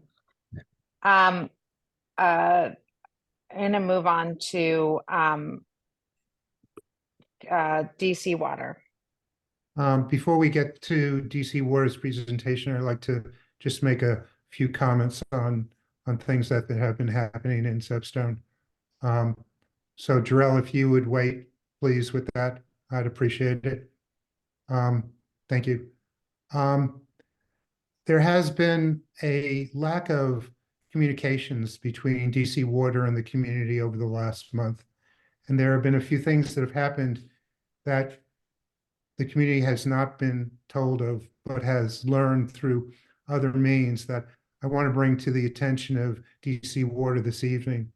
The first one is that there was a March 19th letter from DOEE to DC Water approving the use of UV curing for the last 3 shots that we found by a FOIA request to have been sent and was distributed to the community, but we haven't heard from DC Water with regard to that particular communication. Also, we've had a conversation with Peter with regard to what's happening in Albemarle on 32nd Street with regard to the manhole there. But we haven't had a complete description of what is happening there, and the community would like to know what is happening there. And the third thing, and maybe the most important thing, I think, is that DC Water had Triangle Construction go in and put a pipe between what was thought to be a collection area on the north side of the trail for water to then flow that water to the rock cascade that is in Site 1. And what appears to be happening is the LOD seems to be ignored. And I'd like to ask Josh to talk a little bit more about that, since he's the homeowner that is right there at the property line, about his conversations and what is the real nub of the problem here. And after that, I'll give it back to DC Water for your presentation. Sure, thanks, Commissioner Barry. Yeah, I'll just try and keep this real brief. I've already communicated much of this to Peter Tanubu, and I know he's looped in other people on the DC Water team, so those on the call may have already seen this. You know, I'm not an engineer, but based on conversations with your contractors who put this project in, as well as a stream restoration expert who works for Montgomery County, I have a lot of questions about the utility and merits of the design of what's happened here and the overall utility it will have in the long term. And I understand DC Water was made aware of some of these concerns by Triangle, and the result even downscoped the work there. But I'm not an expert, so I don't want to waste anyone's time here, given that it gets highly technical highly quickly. My real concerns, as Commissioner Bear said, are around the communication aspect, particularly as it relates to given that my property quite literally borders your limits of disturbance line. And when this project started, DC Water came and said, we're going to be doing work very close to your house. We want to let you know. We'll be very transparent with you. You'll have a good sense of what's going on. And when the backhoes quite literally arrived, that never happened. And in fact, I learned about this when my son was outside in the backyard and there was a construction vehicle that pulled up. And so I only found out what was gone by asking the Triangle workers, what are you all doing? What's the purpose? How long will you be here? Now, I suspect you're under no obligation to come to a ratepayer and tell us what you were doing when you were doing it. That may be true, but I just am surprised, I would say, based on the initial conversations I had with DC Water and the tenor of the conversations that have happened by this ANC and through other mechanisms. As part of that initial conversation, DC Water, actually, you all came, and I don't know if it was you or you paid a surveyor to come and stake out the exact boundary line between my property and your proposed limits of disturbance. Many of those stakes are still in place. And so I've kept an eye on that, given how close your work has come. And one day I came out and saw, as you all were building what I understand to be a water collection pit on it would be, let's see, the east side of the trail.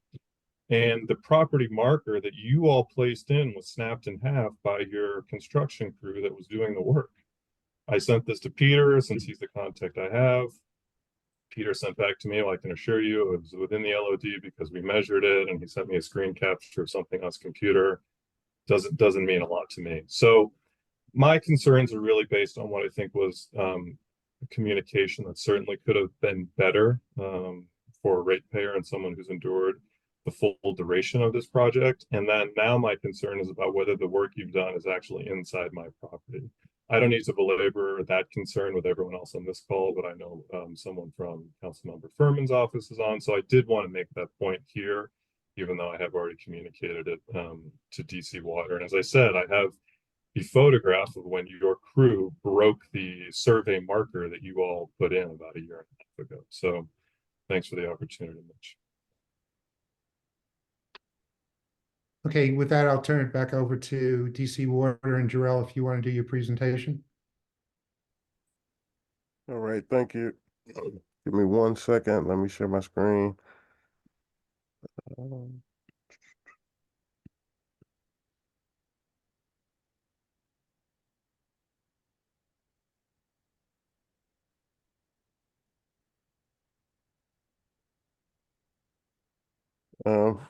I'll be pretty brief. Most of this background information you're all familiar with.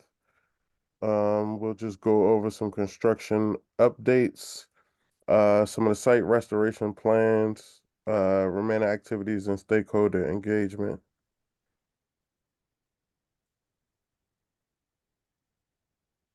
As you know, construction hours are still 7 a.m. to 7 p.m. Monday through Saturday. Current status, this week we've been continuing manhole frame and cover installations. Let's kind of been throughout the site. We've been getting delivery of some of our plants.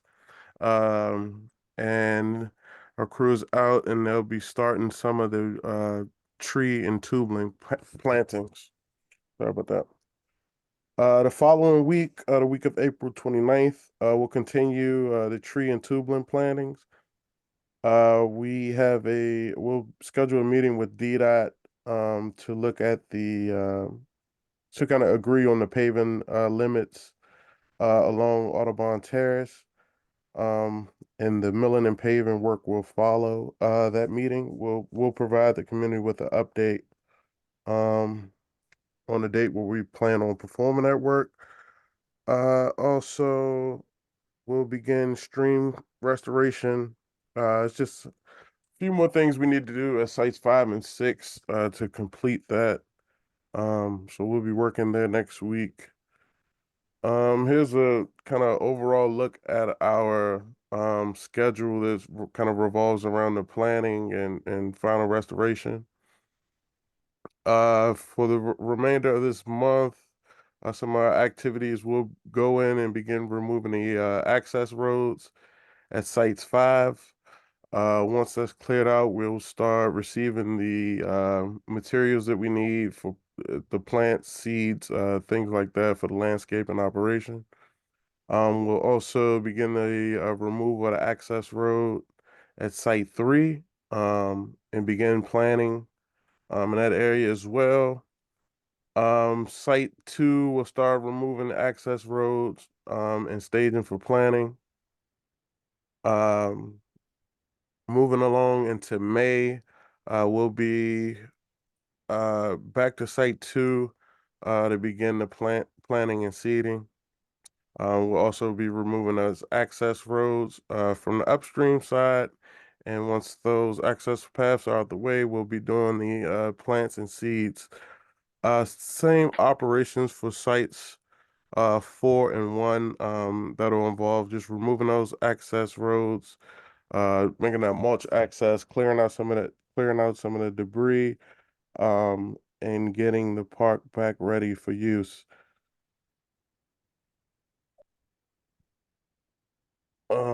As I mentioned, we'll meet with DDOT on site just to determine those restoration limits along Audubon Terrace. Currently we anticipate, if everything goes well, we anticipate paving around May 15th, weather permitting. As I mentioned, we are committed to meeting. I know currently Emmanuel's working with Commissioner Bear to determine a date for a public meeting.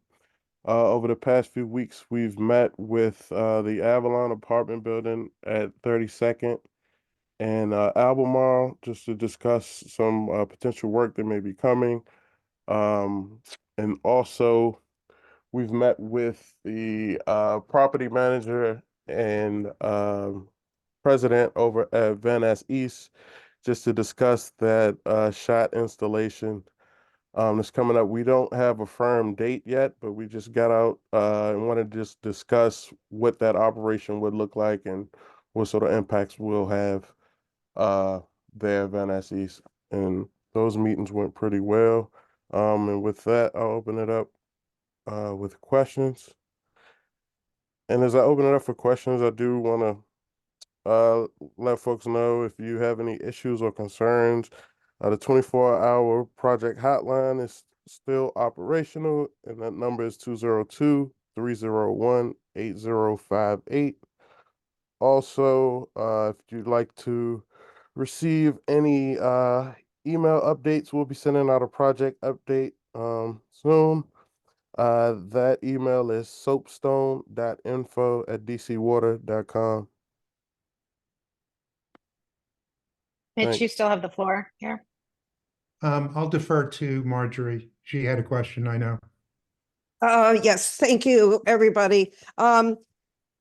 Two quick questions, please. At the last ANC meeting, I asked several questions about the soapstone page on the DC Water site, and things were taken off and on, and it was confusing.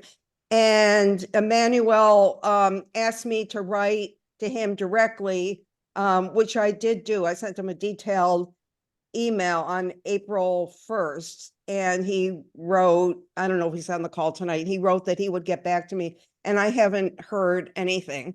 So that goes to Mitch's point about communication. So I would love to have an answer to that, and I copied the commissioners on that as well.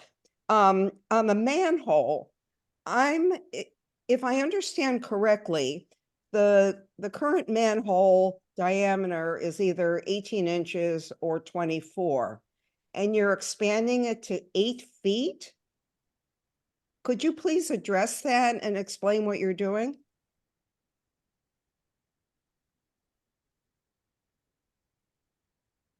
Hello? Hey, Peter, do you want to address that question?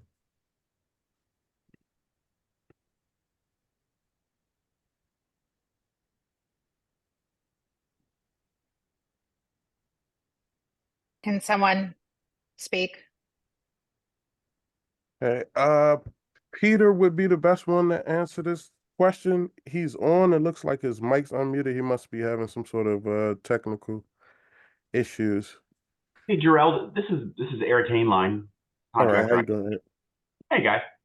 Hey, Marjorie, just confirm I understand your question correctly. Are you referring to the manhole on Albemarle? Yes. Yes. This is not in our scope. Well, whose scope is it in? Because it was sent from the Office of DC Water to Commissioner Bear, who sent it to several of us. It was an update from you saying you were going to be expanding the manhole.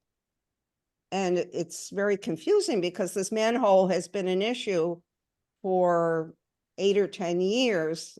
And I know David Bardeen was very involved in it. And this is the first we learned that it's being expanded to 8 feet wide.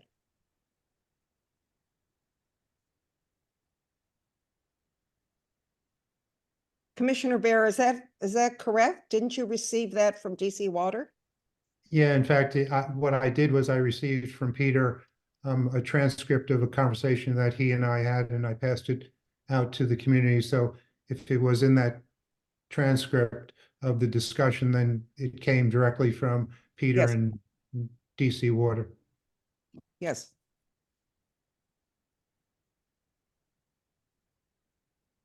Yeah, and I'm looking at a copy of it right now. It was sent 6 days ago. Yes, manholes 9787.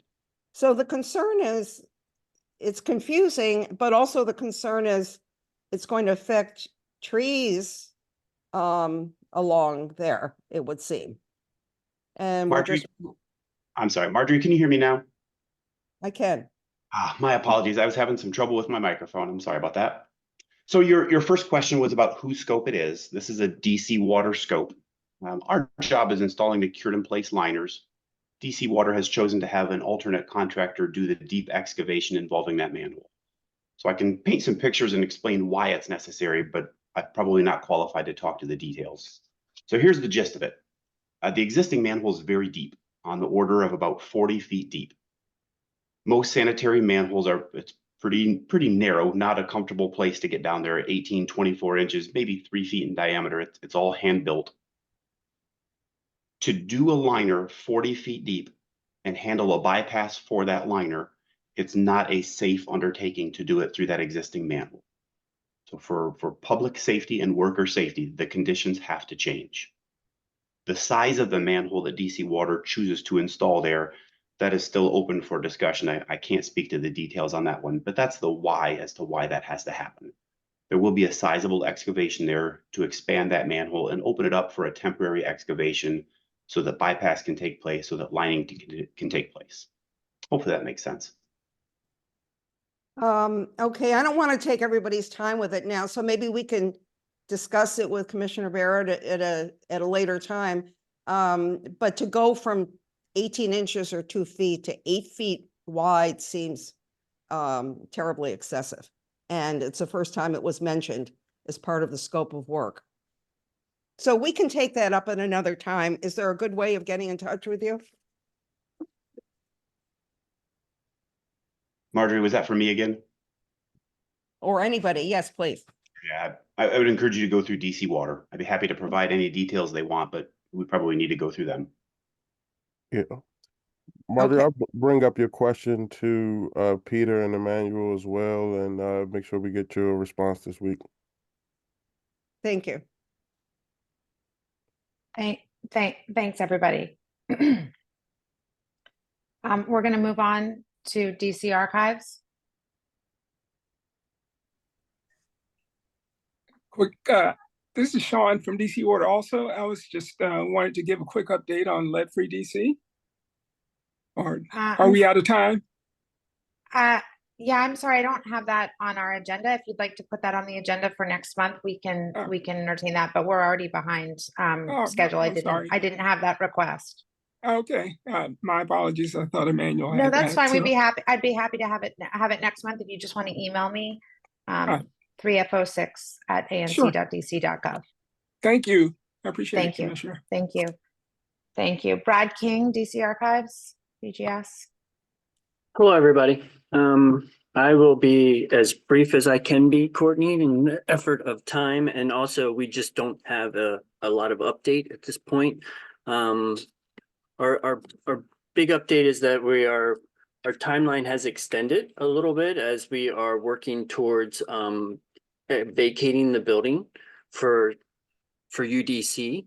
Currently, the building is housing their jazz archives as well as library materials that are being moved to a new library facility that they've constructed. And so that move is taking a little longer than anticipated, given the sheer volume as well as the cataloging of the materials. So we are anticipating that move to be completed by the end of the month, and then we start a 30-day vacancy period so we can then proceed with abatement of the existing building for hazardous materials. So that won't begin until end of May at the earliest, and maybe beginning of June. So it's sort of our current timeline. In the beginning of May, we're looking to launch our construction managers, looking to launch our community website so we can give updates on schedule and activities, as well as provide a feedback portal. And that's currently about the only update I have on the project. Thank you. Does anybody have any questions from commissioners or community members? I have a question about, and I think we had talked about this, and just if you could, I think you had, the project initially was going to have a certain level of lead, and it's gotten a bit better. Is that correct? No, the target was always gold, and we're targeting well into gold. The news was the electric boilers in the last ANC that we were able to make the electric work for our facilities, given the reduction in the overall building's energy consumption. So that was our big news from the last month. Okay, thanks for clarifying that. Thank you. All right, thanks a lot, Brad. I really appreciate your being here. Thank you for the update, and we look forward to continuing to hear from you. Chair, Julia. I'm sorry, Marilyn. No, Julia Stevenson has her hand up. Oh, I didn't see it. I'm sorry, Julia. Go ahead, That's okay. please. That's okay. I'm really glad that archives people are coming to give us updates, and I'd appreciate if you could help me understand what it is that DGS is now recommending, because just to put it into a brief context, when you said last month that the archives building will no longer derive its energy by burning fossil fuels on site, and that's hugely important. And I think it probably likely that many people hearing what you had to say believe that the issue was now resolved, but we also need to get the electrification right and to do it in a way that doesn't raise energy costs. And so I'm curious, why did you choose electric resistance heating rather than the heat pumps? I don't want to get into the green building issues right in this meeting in the interest of time. I will say that tomorrow is our Green Building Advisory Council hearing. It's a special hearing. It's at 2 p.m. And we will address all those issues during that hearing. Is it on Zoom? How does one access that? Yes, you hearing? can go to DOEE site has a link, as well as the Green Building Advisory Council has a link to the hearing, and it is on Zoom. Brad, are you able to find that And link and put it in the chat? yeah, I'll post the Yeah, link in that'd the be chat great. right now. Good, thank you. Thank No you. worries, Julie. Thank you for the question. Thanks, Julia. I'm sorry I didn't No, see that's you. all right. I don't know how to do the icon, so I was I know. just. I know. It's fine. Thank you so much. Thanks for keeping on top of that, Julia. And we'll see you next month, Brad. Thank you very much. Take care.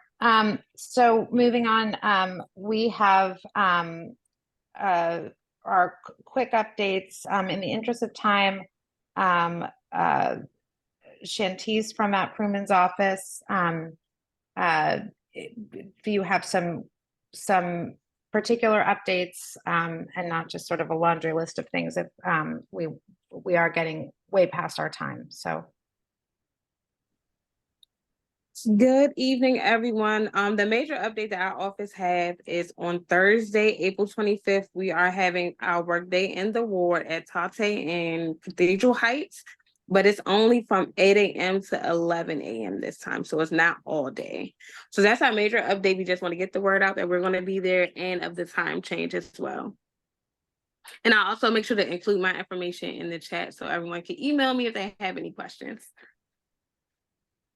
thank you so much. So if anyone wants to talk to the council member, you have the opportunity to do so at Tata. Thanks, Shantice. Matt Barkley, are you on the line? Matt may not be. Juanita Gray, I don't think is here. So maybe we're getting back on track, everybody. So let's move on to our action items.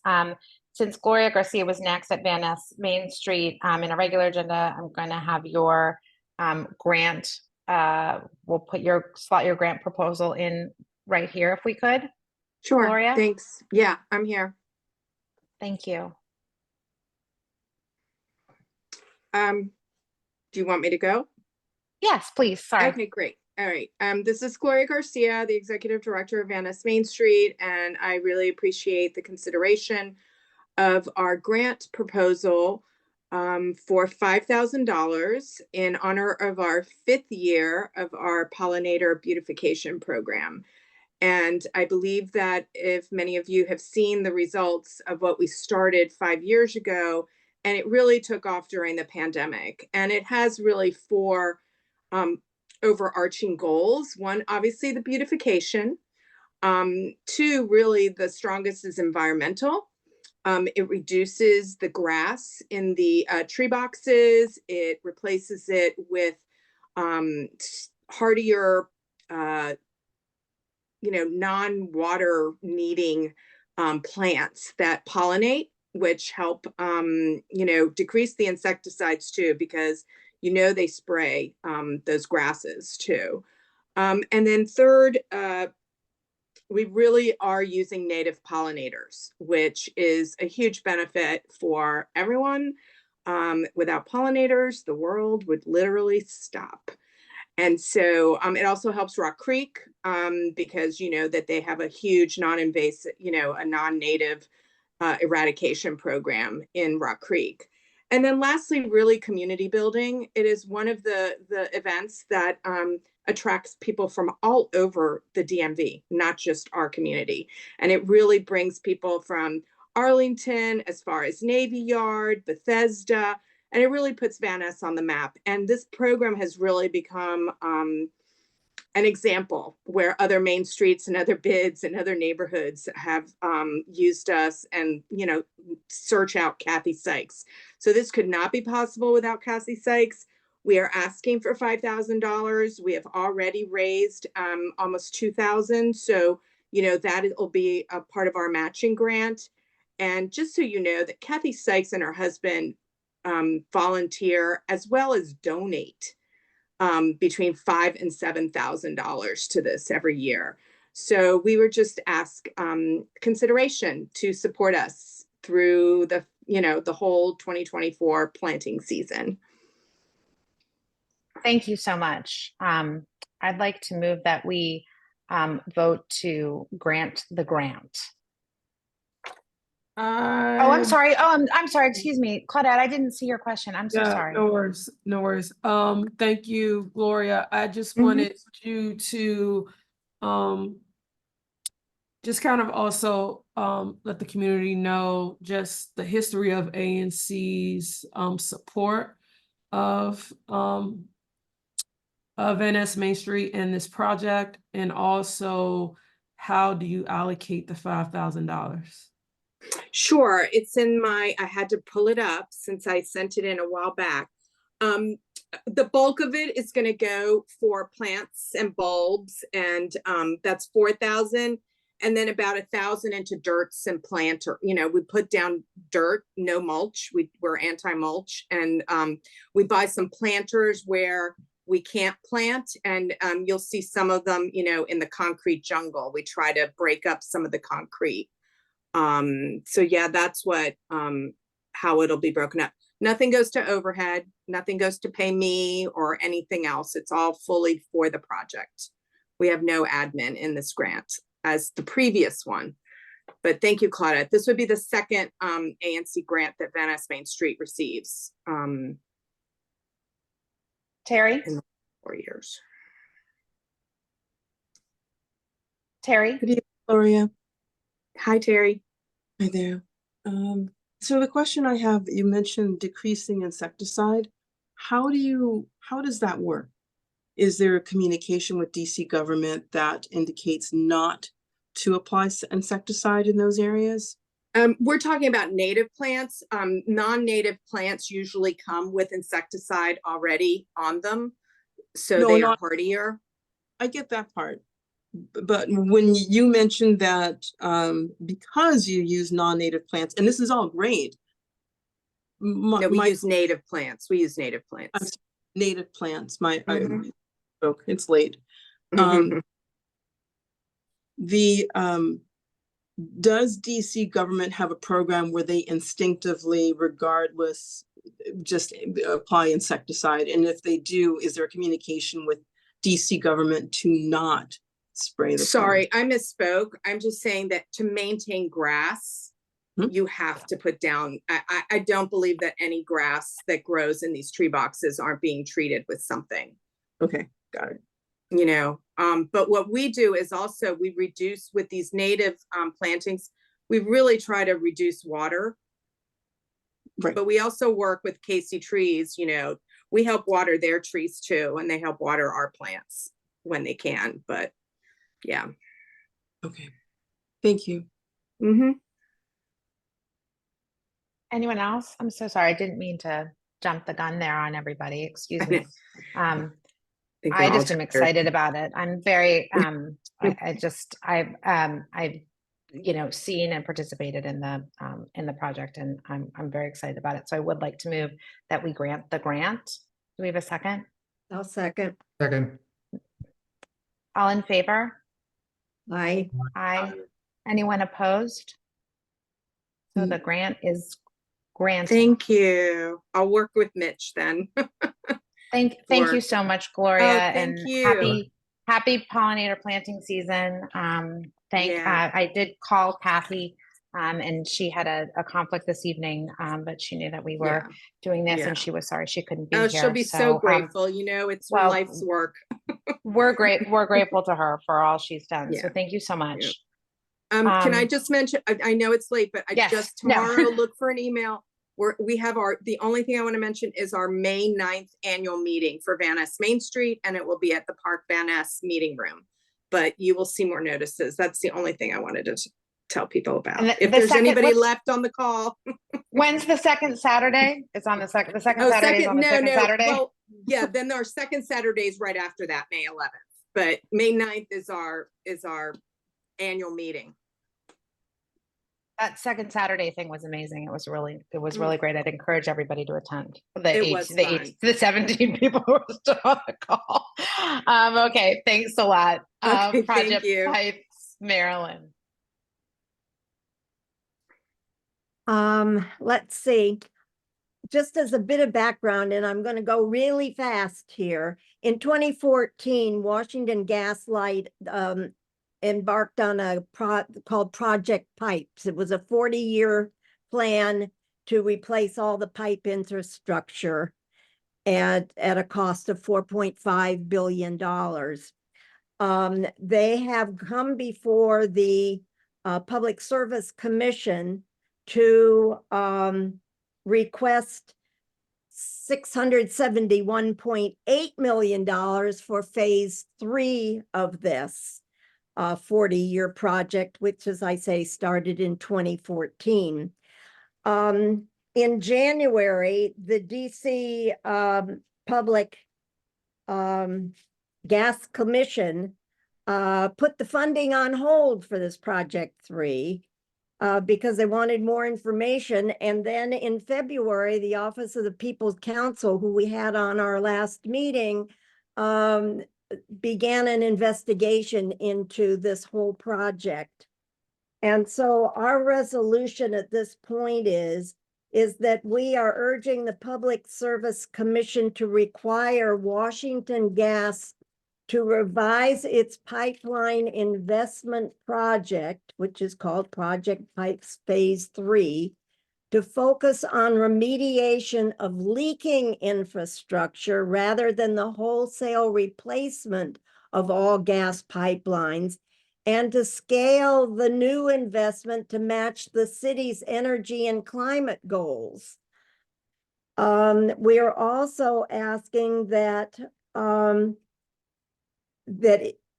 there be a comprehensive and transparent investigation led by the Office of People's Counsel with the DC Public Service Commission into the Washington gas infrastructure plans going forward. And so that's it in a nutshell. I have a question. Does anybody else have a question? My question is, my understanding is several other ANCs have also written resolutions to this effect. Can you tell me, there are other adjacent ANCs, is that correct? In November, November of 23, ANC3B, which is Glover Park and Cathedral Heights, did a very similar one. As a matter of fact, I sort of plagiarized some of theirs. No, you used their good work efficiently. Okay. And Matt Freeman's office also is in support. My understanding is that is correct. Right as well. Okay. Does anyone else have questions? I move that we vote. Oh, on the resolution. That wasn't a question, but an agreement, correct? Yes. No. It's a question. I wanted to know. Sorry. Have we heard from the Public Service Commission? Because I thought we have. Yes. The 2 months ago they came in and spoke at our meeting at length. Yeah. No, I just thought that Washington Gas they also came. Right. But I thought they halted something. I'm just wondering. I'm just not sure. In January of 24, Commissioner David, the DC Public Service Commission put the funding on hold until the gas company submitted more information on its operations. And in February of 2024, the Office of the People's Counsel opened investigation. So they're both, the funding is on pause at present. Right. So so that's why it's kind of like, what is the point if it's already on hold, if it seems that something is already moving? Well, the reason that the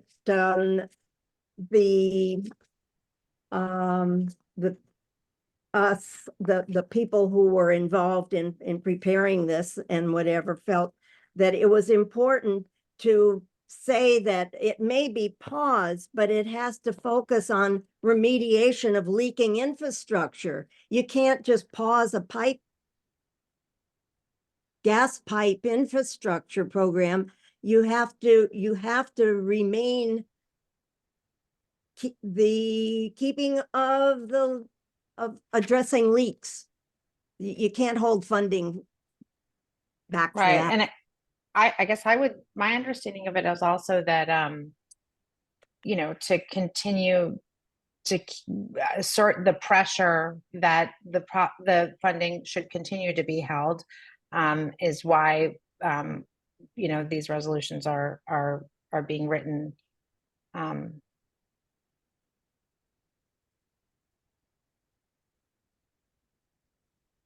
Okay. I mean, I'll abstain, honestly, until I just find out just what the Public Service Commission right now at this point is doing, because it's probably just doing what we're voting on. You've had the resolution that we gave. I mean, she sent the resolution. Yeah. And he came to speak. I mean, you were welcome to abstain, but he came to our meeting and spoke, and then we've had the resolution in hand for several weeks. Yeah. Okay. I move that we vote to approve the resolution. Second. All in favor? Aye. The three. All four. Opposed? None. Abstain? Claudette. Okay. So the resolution, so noted. Here we are with treasurer's report. We're at, you know, we didn't do the, I'm sorry, we did not do our committee reports. Apologies. Do we want to get to committee reports, I'm sorry, before the treasurer's report? If we have any of our, I know Terry, we have you here for housing. Yeah, go ahead. Oh, pardon? Terry, I'm sorry. I because we're a little out of order. I was thinking we were at the treasurer's report, but I had lost my little note to go back to our committee report. So apologies. We're looping back to the beginning here for committee reports. And I was starting with you at housing and universities because I know you might have to bounce off the call. Much appreciated. Thanks. The only thing, well, there were a few things, but I'll make it really short. May 28th is a public safety walk that's being organized for 3F02. I had a couple of constituents who were sort of hounding me about it, and I was already in the process of doing so. So we've got that. That's always been in the process. I think I would just want to say, just very, very quick, is to constituents that to remember that ANC, we do this as volunteer. And I can understand that we get passionate about issues. I get passionate. We all do. We're human beings. But there should be some sort of take a pause sometimes, read what you've sent, and just make certain it's not biting, because we just want to help. We just want to help and be supportive. So that's all I have right now. Thank you. Okay. Thank you so much. Parks and watersheds. Do you feel like you've said your piece? You're on mute. I knew there was something wrong. There's no report, thank you. Thank you. Schools and universities, Marilyn. Our very A lot of first, action. well, our first meeting, since I've been the chair, is Thursday evening at 7 o'clock. And I've chosen to have it in person, and we're going to look and see how the DC budget, if they want to discuss how the DC budget affects our local schools, and what direction this committee wants to go. So it's Thursday on the 25th at 7 p.m. that we're meeting. And people can email you if they want more information. Right. And I just wanted to quickly remind Commissioner Slotnick to tell Rachel so she can put it on the calendar on the website. Okay. I think she updated the members of the committee, but maybe she'll add that to the calendar. Thank you for the reminder. Streets and sidewalks. Paul, are you still here? I am. Oh, Perky and awake. miracle. No, just kidding. I'll also keep it very brief since I think we've talked about the major issues already, but do want to remind folks that we will continue to keep an eye out for DDOT's initial plans for the new sidewalks on Fessenden near the bow tie intersection, and also we continue to have conversations about interim approaches to Broad Branch Road for bicycle and pedestrian infrastructure, perhaps just summer explorations or other ideas. So if folks want to get in a conversation or in general, please email me. My email is in the chat, and we will be scheduling another meeting. Thank you, Paul. Okay, now we are ready for the treasurer's report, I believe, unless there were any commissioner updates that anyone feels like they did not get an opportunity to speak to. Okay, without any of that, then Mitch, please go ahead with the treasurer's report. Okay, the easiest one of my items will be that we need to amend the meeting minutes for the January meeting this year. In the minutes, it indicated that we voted approval of a budget for 2024. And in fact, what we did during that meeting is not only talked about the budget, but we also approved the QFR report for Q1 of fiscal year 2024. And so we don't have to vote on that, but we have to, in the minutes, indicate that we're amending that particular vote and that particular item in the January minutes. And you're going to work with Rachel on getting that done. That's a process that you guys will do? Yeah.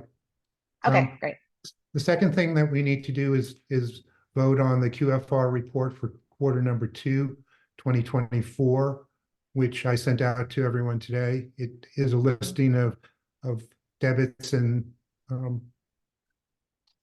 deposits and checks that we wrote for January, February, and March of this year. And once we do that, it will be there'll be another thing I need to talk about from that QFR, but for now we need to approve that. So I move that we approve that QFR report so I can file it with the ANC office. I second. All in favor? Aye. Aye. Anyone opposed? No, that's unanimous. Okay. QFR report's approved. Now that you've approved that report, now you need to give me a secretary, because I can't file the QFR report that we've just approved without a secretary's signature. And if I can't file it, then they can't give us our allocation for the year and for the quarter. So at this point, I just turn it back to you, Courtney, for a minute and ask that we have at least a secretary designate so that I can get a signature on this form before the end of the week so I can get it in. Terry, are you responding to that? Yeah. Mitch, Courtney, Marilyn, and Claudette, OANC called me during when we were away on vacation, and I spoke to Ken, and he asked specifically about that position, and I told him that I would do it. I'll do it. He did say that Rachel or whomever we hire can do the transcription of that. So maybe we can talk about that on the side. Or if you have another idea, I'm all ears. Thanks. Well, in fact, what we can do is have an abbreviated set of minutes that Rachel can put together where it merely talks about the votes that we've taken and in a very, very concise and short way, summarize the discussions that we've had and then point people to the video that we take every month of the meeting and have people look at it to review what has transpired during the meeting. So under that, all you have to do is sign the QFR later this week. If we can get together, please, with it. And so I can file it during the early part of May. And I'll oversee with Rachel the development of the meeting minutes. And if we need anything else from you, we will do that. Thank you, Terry. I strongly recommend everyone watch this at 2 times speed. It's a great way to do this meeting. Okay, the final thing in my report is that when we put together the QFR report, it came to my attention that there were 2 payments that were made that were ones that I didn't recall being made during the last quarter. There was a $671.57 debit to Wix on the 28th of March, and there was one for $343.44 to Wix on the 11th of March. And I didn't approve either one of them, and I don't think Courtney approved either one of them. And I'm curious how Wix was given almost $1,000 of our money without me knowing about it and me actually making the payment, because I have one of the 2 debit cards and the president, the chair should have the other one, and no one else should be making those payments. And if no one made them, then I need to get contact information for Wix and talk with them and figure out just how it was that they made a payment, and probably have to claw back those 2 payments because I didn't make them and Courtney didn't make them. So I open it to the floor to someone tell me what happened here. So I made that payment because we had a discussion where we talked about increasing what we have with Wix, the data plan, because Rachel couldn't add anything else to the website because we didn't have enough data. But I made that $500 payment that I was asked to make. But you didn't have the authority to use the debit card. That's not the same thing. That was before that. We're talking about Wix, the website, not Wix Media Group. That's different. Well, I remember what you're talking about is when we talked about this was 2 months ago, I believe, is changing the level of service so that changes could be made on the calendar. So I remember the charge you're discussing. It's the data. Yeah. Yeah. So Mitch, I don't know if you remember this, but like we talked about, we all agreed to increase the level of service, but I think what Mitch is saying here is that the process for payments wasn't followed because it needs to go through the treasurer. Is that right, Mitch? Well, it needs to either go through me or it needs to go through you.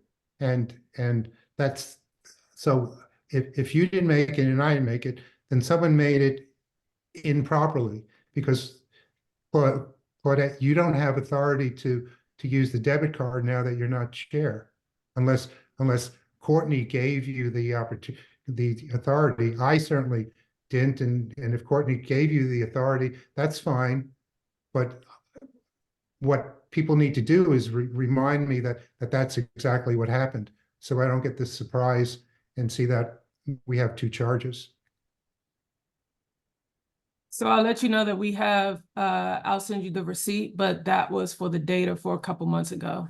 Thanks. I think the issue though is that we need to, like, going forward and maybe going backward, I mean, I know because Mitch comes to my house and I have to sign things, as I think he must have done when you were chair. I think two people need to approve an expense. I don't think any of us have singular authority to approve an expense. So I guess.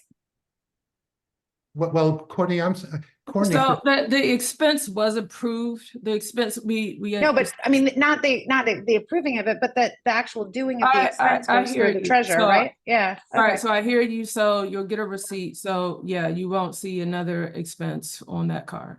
Thanks. Okay, there were two debit payments. Would you send me the receipt for both of them, please? And also the receipt for the $500 one that I made, please. Was the other one, were both of the 671 and the 343 increasing the level of service? Yeah, they're both. Yeah, they were both the level of service for Wix. Yes. Are we going to be seeing other increases? Is it recurring? Yeah. Is it recurring, a recurring monthly payment? No.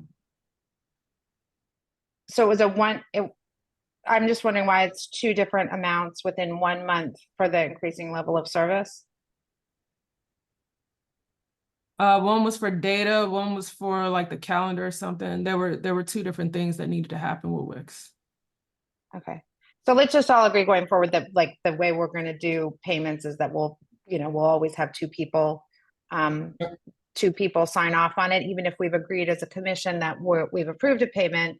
I think the process, I mean, if I may speak, I don't want to speak for the treasurer, but I think the process that the OANC has is that two people approve a payment, or else you don't have to come to my house every time we need to sign checks. That seems like a waste of your time if that's not required.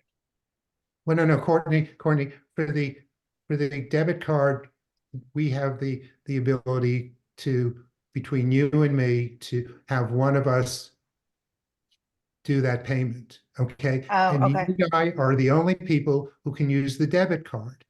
And since you are now the chair and have been since the first part of January, then only you and I should have made those debit payments to Wix. And so the fact that Claudette made them is outside not only what should happen, but the rules of your responsibility and my responsibility and Claudette's authority in this. So that she should not. So we don't want to be outside the realm of the rules of the ANC. Right, because the ANC. We can all agree to that, right? We all want to be within the rules. So can we all agree as a commission that we will follow the rules of that? Can we move on? We've already said what needs to be said. The ANC can come and can prosecute me for having not done the proper procedure because someone other than me or you, Courtney, used the debit card. Yeah. No, it wasn't. No. But it happened when we had already discussed this, and then we had talked about the payment, and then I just decided, okay, let me just make it, because you reached out to Terry and I about making it the payment. No, I didn't. I didn't authorize it. It happened a while ago, so you don't remember. But I just did it. But it happened a while ago, so you don't remember right now. But we're moving on. Thank you. Claudette, it's not that I don't remember. You never did talk to me. And I'm sorry that I'm getting a little bit loud on this, but you've been the chair and you know what the procedures are. So don't. No, that's why I'm telling you, look, Mitch, we heard you and we moving on. Thank you, Mitch. I mean, I think that's a little bit condescending. I think we can just say, let's all please agree that we already did that. Excuse me. I'd like to. Okay, I think we need to have a level of decorum here, as Terry said earlier in the meeting. Like, let's have a level of decorum. We all want to comply with the rules of the OANC. So we can agree that moving forward, we're going to do it as that's prescribed. Okay, does everyone? I would accept that she stands corrected on that subject. Yeah. Okay. Good. Okay, I'm all done. Thank you. I think And do you want to report on the website? Is the website, have those changes been made, Claudette, from the last $500 payment that was made? That was that payment was made to Wix Media Group. Speaking of decorum, that whole process was a mess. But if you look at the website right now, that was done. They're still working on it. So they've gotten back to about 2018. So there's more work that needs to be done.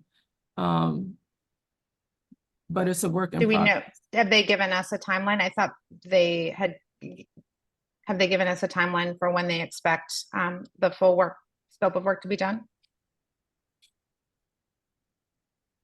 ASAP. Before it was what, 3 to 5 days, but then it took like, right.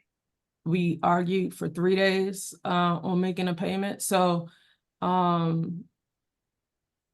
thought it was 3 to 5 days from when the payment was made. So I'm just asking if that's been revised. It was from Would it the take date longer? of the invoice, assuming it was going to be paid that day. But it wasn't. So so if you look now, you'll see a lot of, so it's ongoing. So you'll see a lot of the data up till 2018. And so they're still doing it up to, so past 2017 and earlier. So, I mean, you're talking thousands of data that, documents that have to be uploaded. So, they're just still, it's a lot better than where we were before. So. Claudette, what about Claudette, what about the more recent stuff? I went back and tried to find the meeting minutes for January this year, and they weren't posted on the website yet. When did you do that? About 2 days ago. Did you do that? Oh, in today? order to fix the Check thing it. that we need We'll to check fix. that today, because that's not the case today. Okay, I'll do that. Marilyn, sorry. I was just happy to hear that we're doing present, going back to those times, that we're not starting at 2017 and bringing it forward. Is that okay? Correct. And I'm seeing right now for meeting minutes. Well, you got to look at it, but right now for meeting minutes, Rachel is on. I don't know if she Rachel would have put the 2024 stuff up. I don't think that it's not put it up. It's that can we access it? Rachel, are you here? Yeah, but I mean, the point is I'm here. I don't have January and February minutes, sir. So okay, so that's why it's not there. That's why they're not on there. Okay. Okay, thanks. So it's not the company, That's but the good. point. Thank you for being here. Yeah, the clarifying. point is the later stuff is up to 2018. But the 2024 stuff, that's all Rachel. Even like the late 2023 stuff would have been all Rachel. Okay, thank you. And that's the report. Okay, I move that we adjourn the meeting. The next, does anybody second? Second. I'm sorry that we are 24 minutes over our original hour of adjournment. I think given the fact that 2 of our participants had a lot of questions and we still didn't go quite as over as we would have. Anyway, their next meeting, so I'm sorry, I move that we adjourn the meeting. Second, all in favor? Aye. Aye, yeah. The next ANC3F meeting will be Tuesday, May the 21st at 7 p.m. We hope to see you there. Thanks, everyone.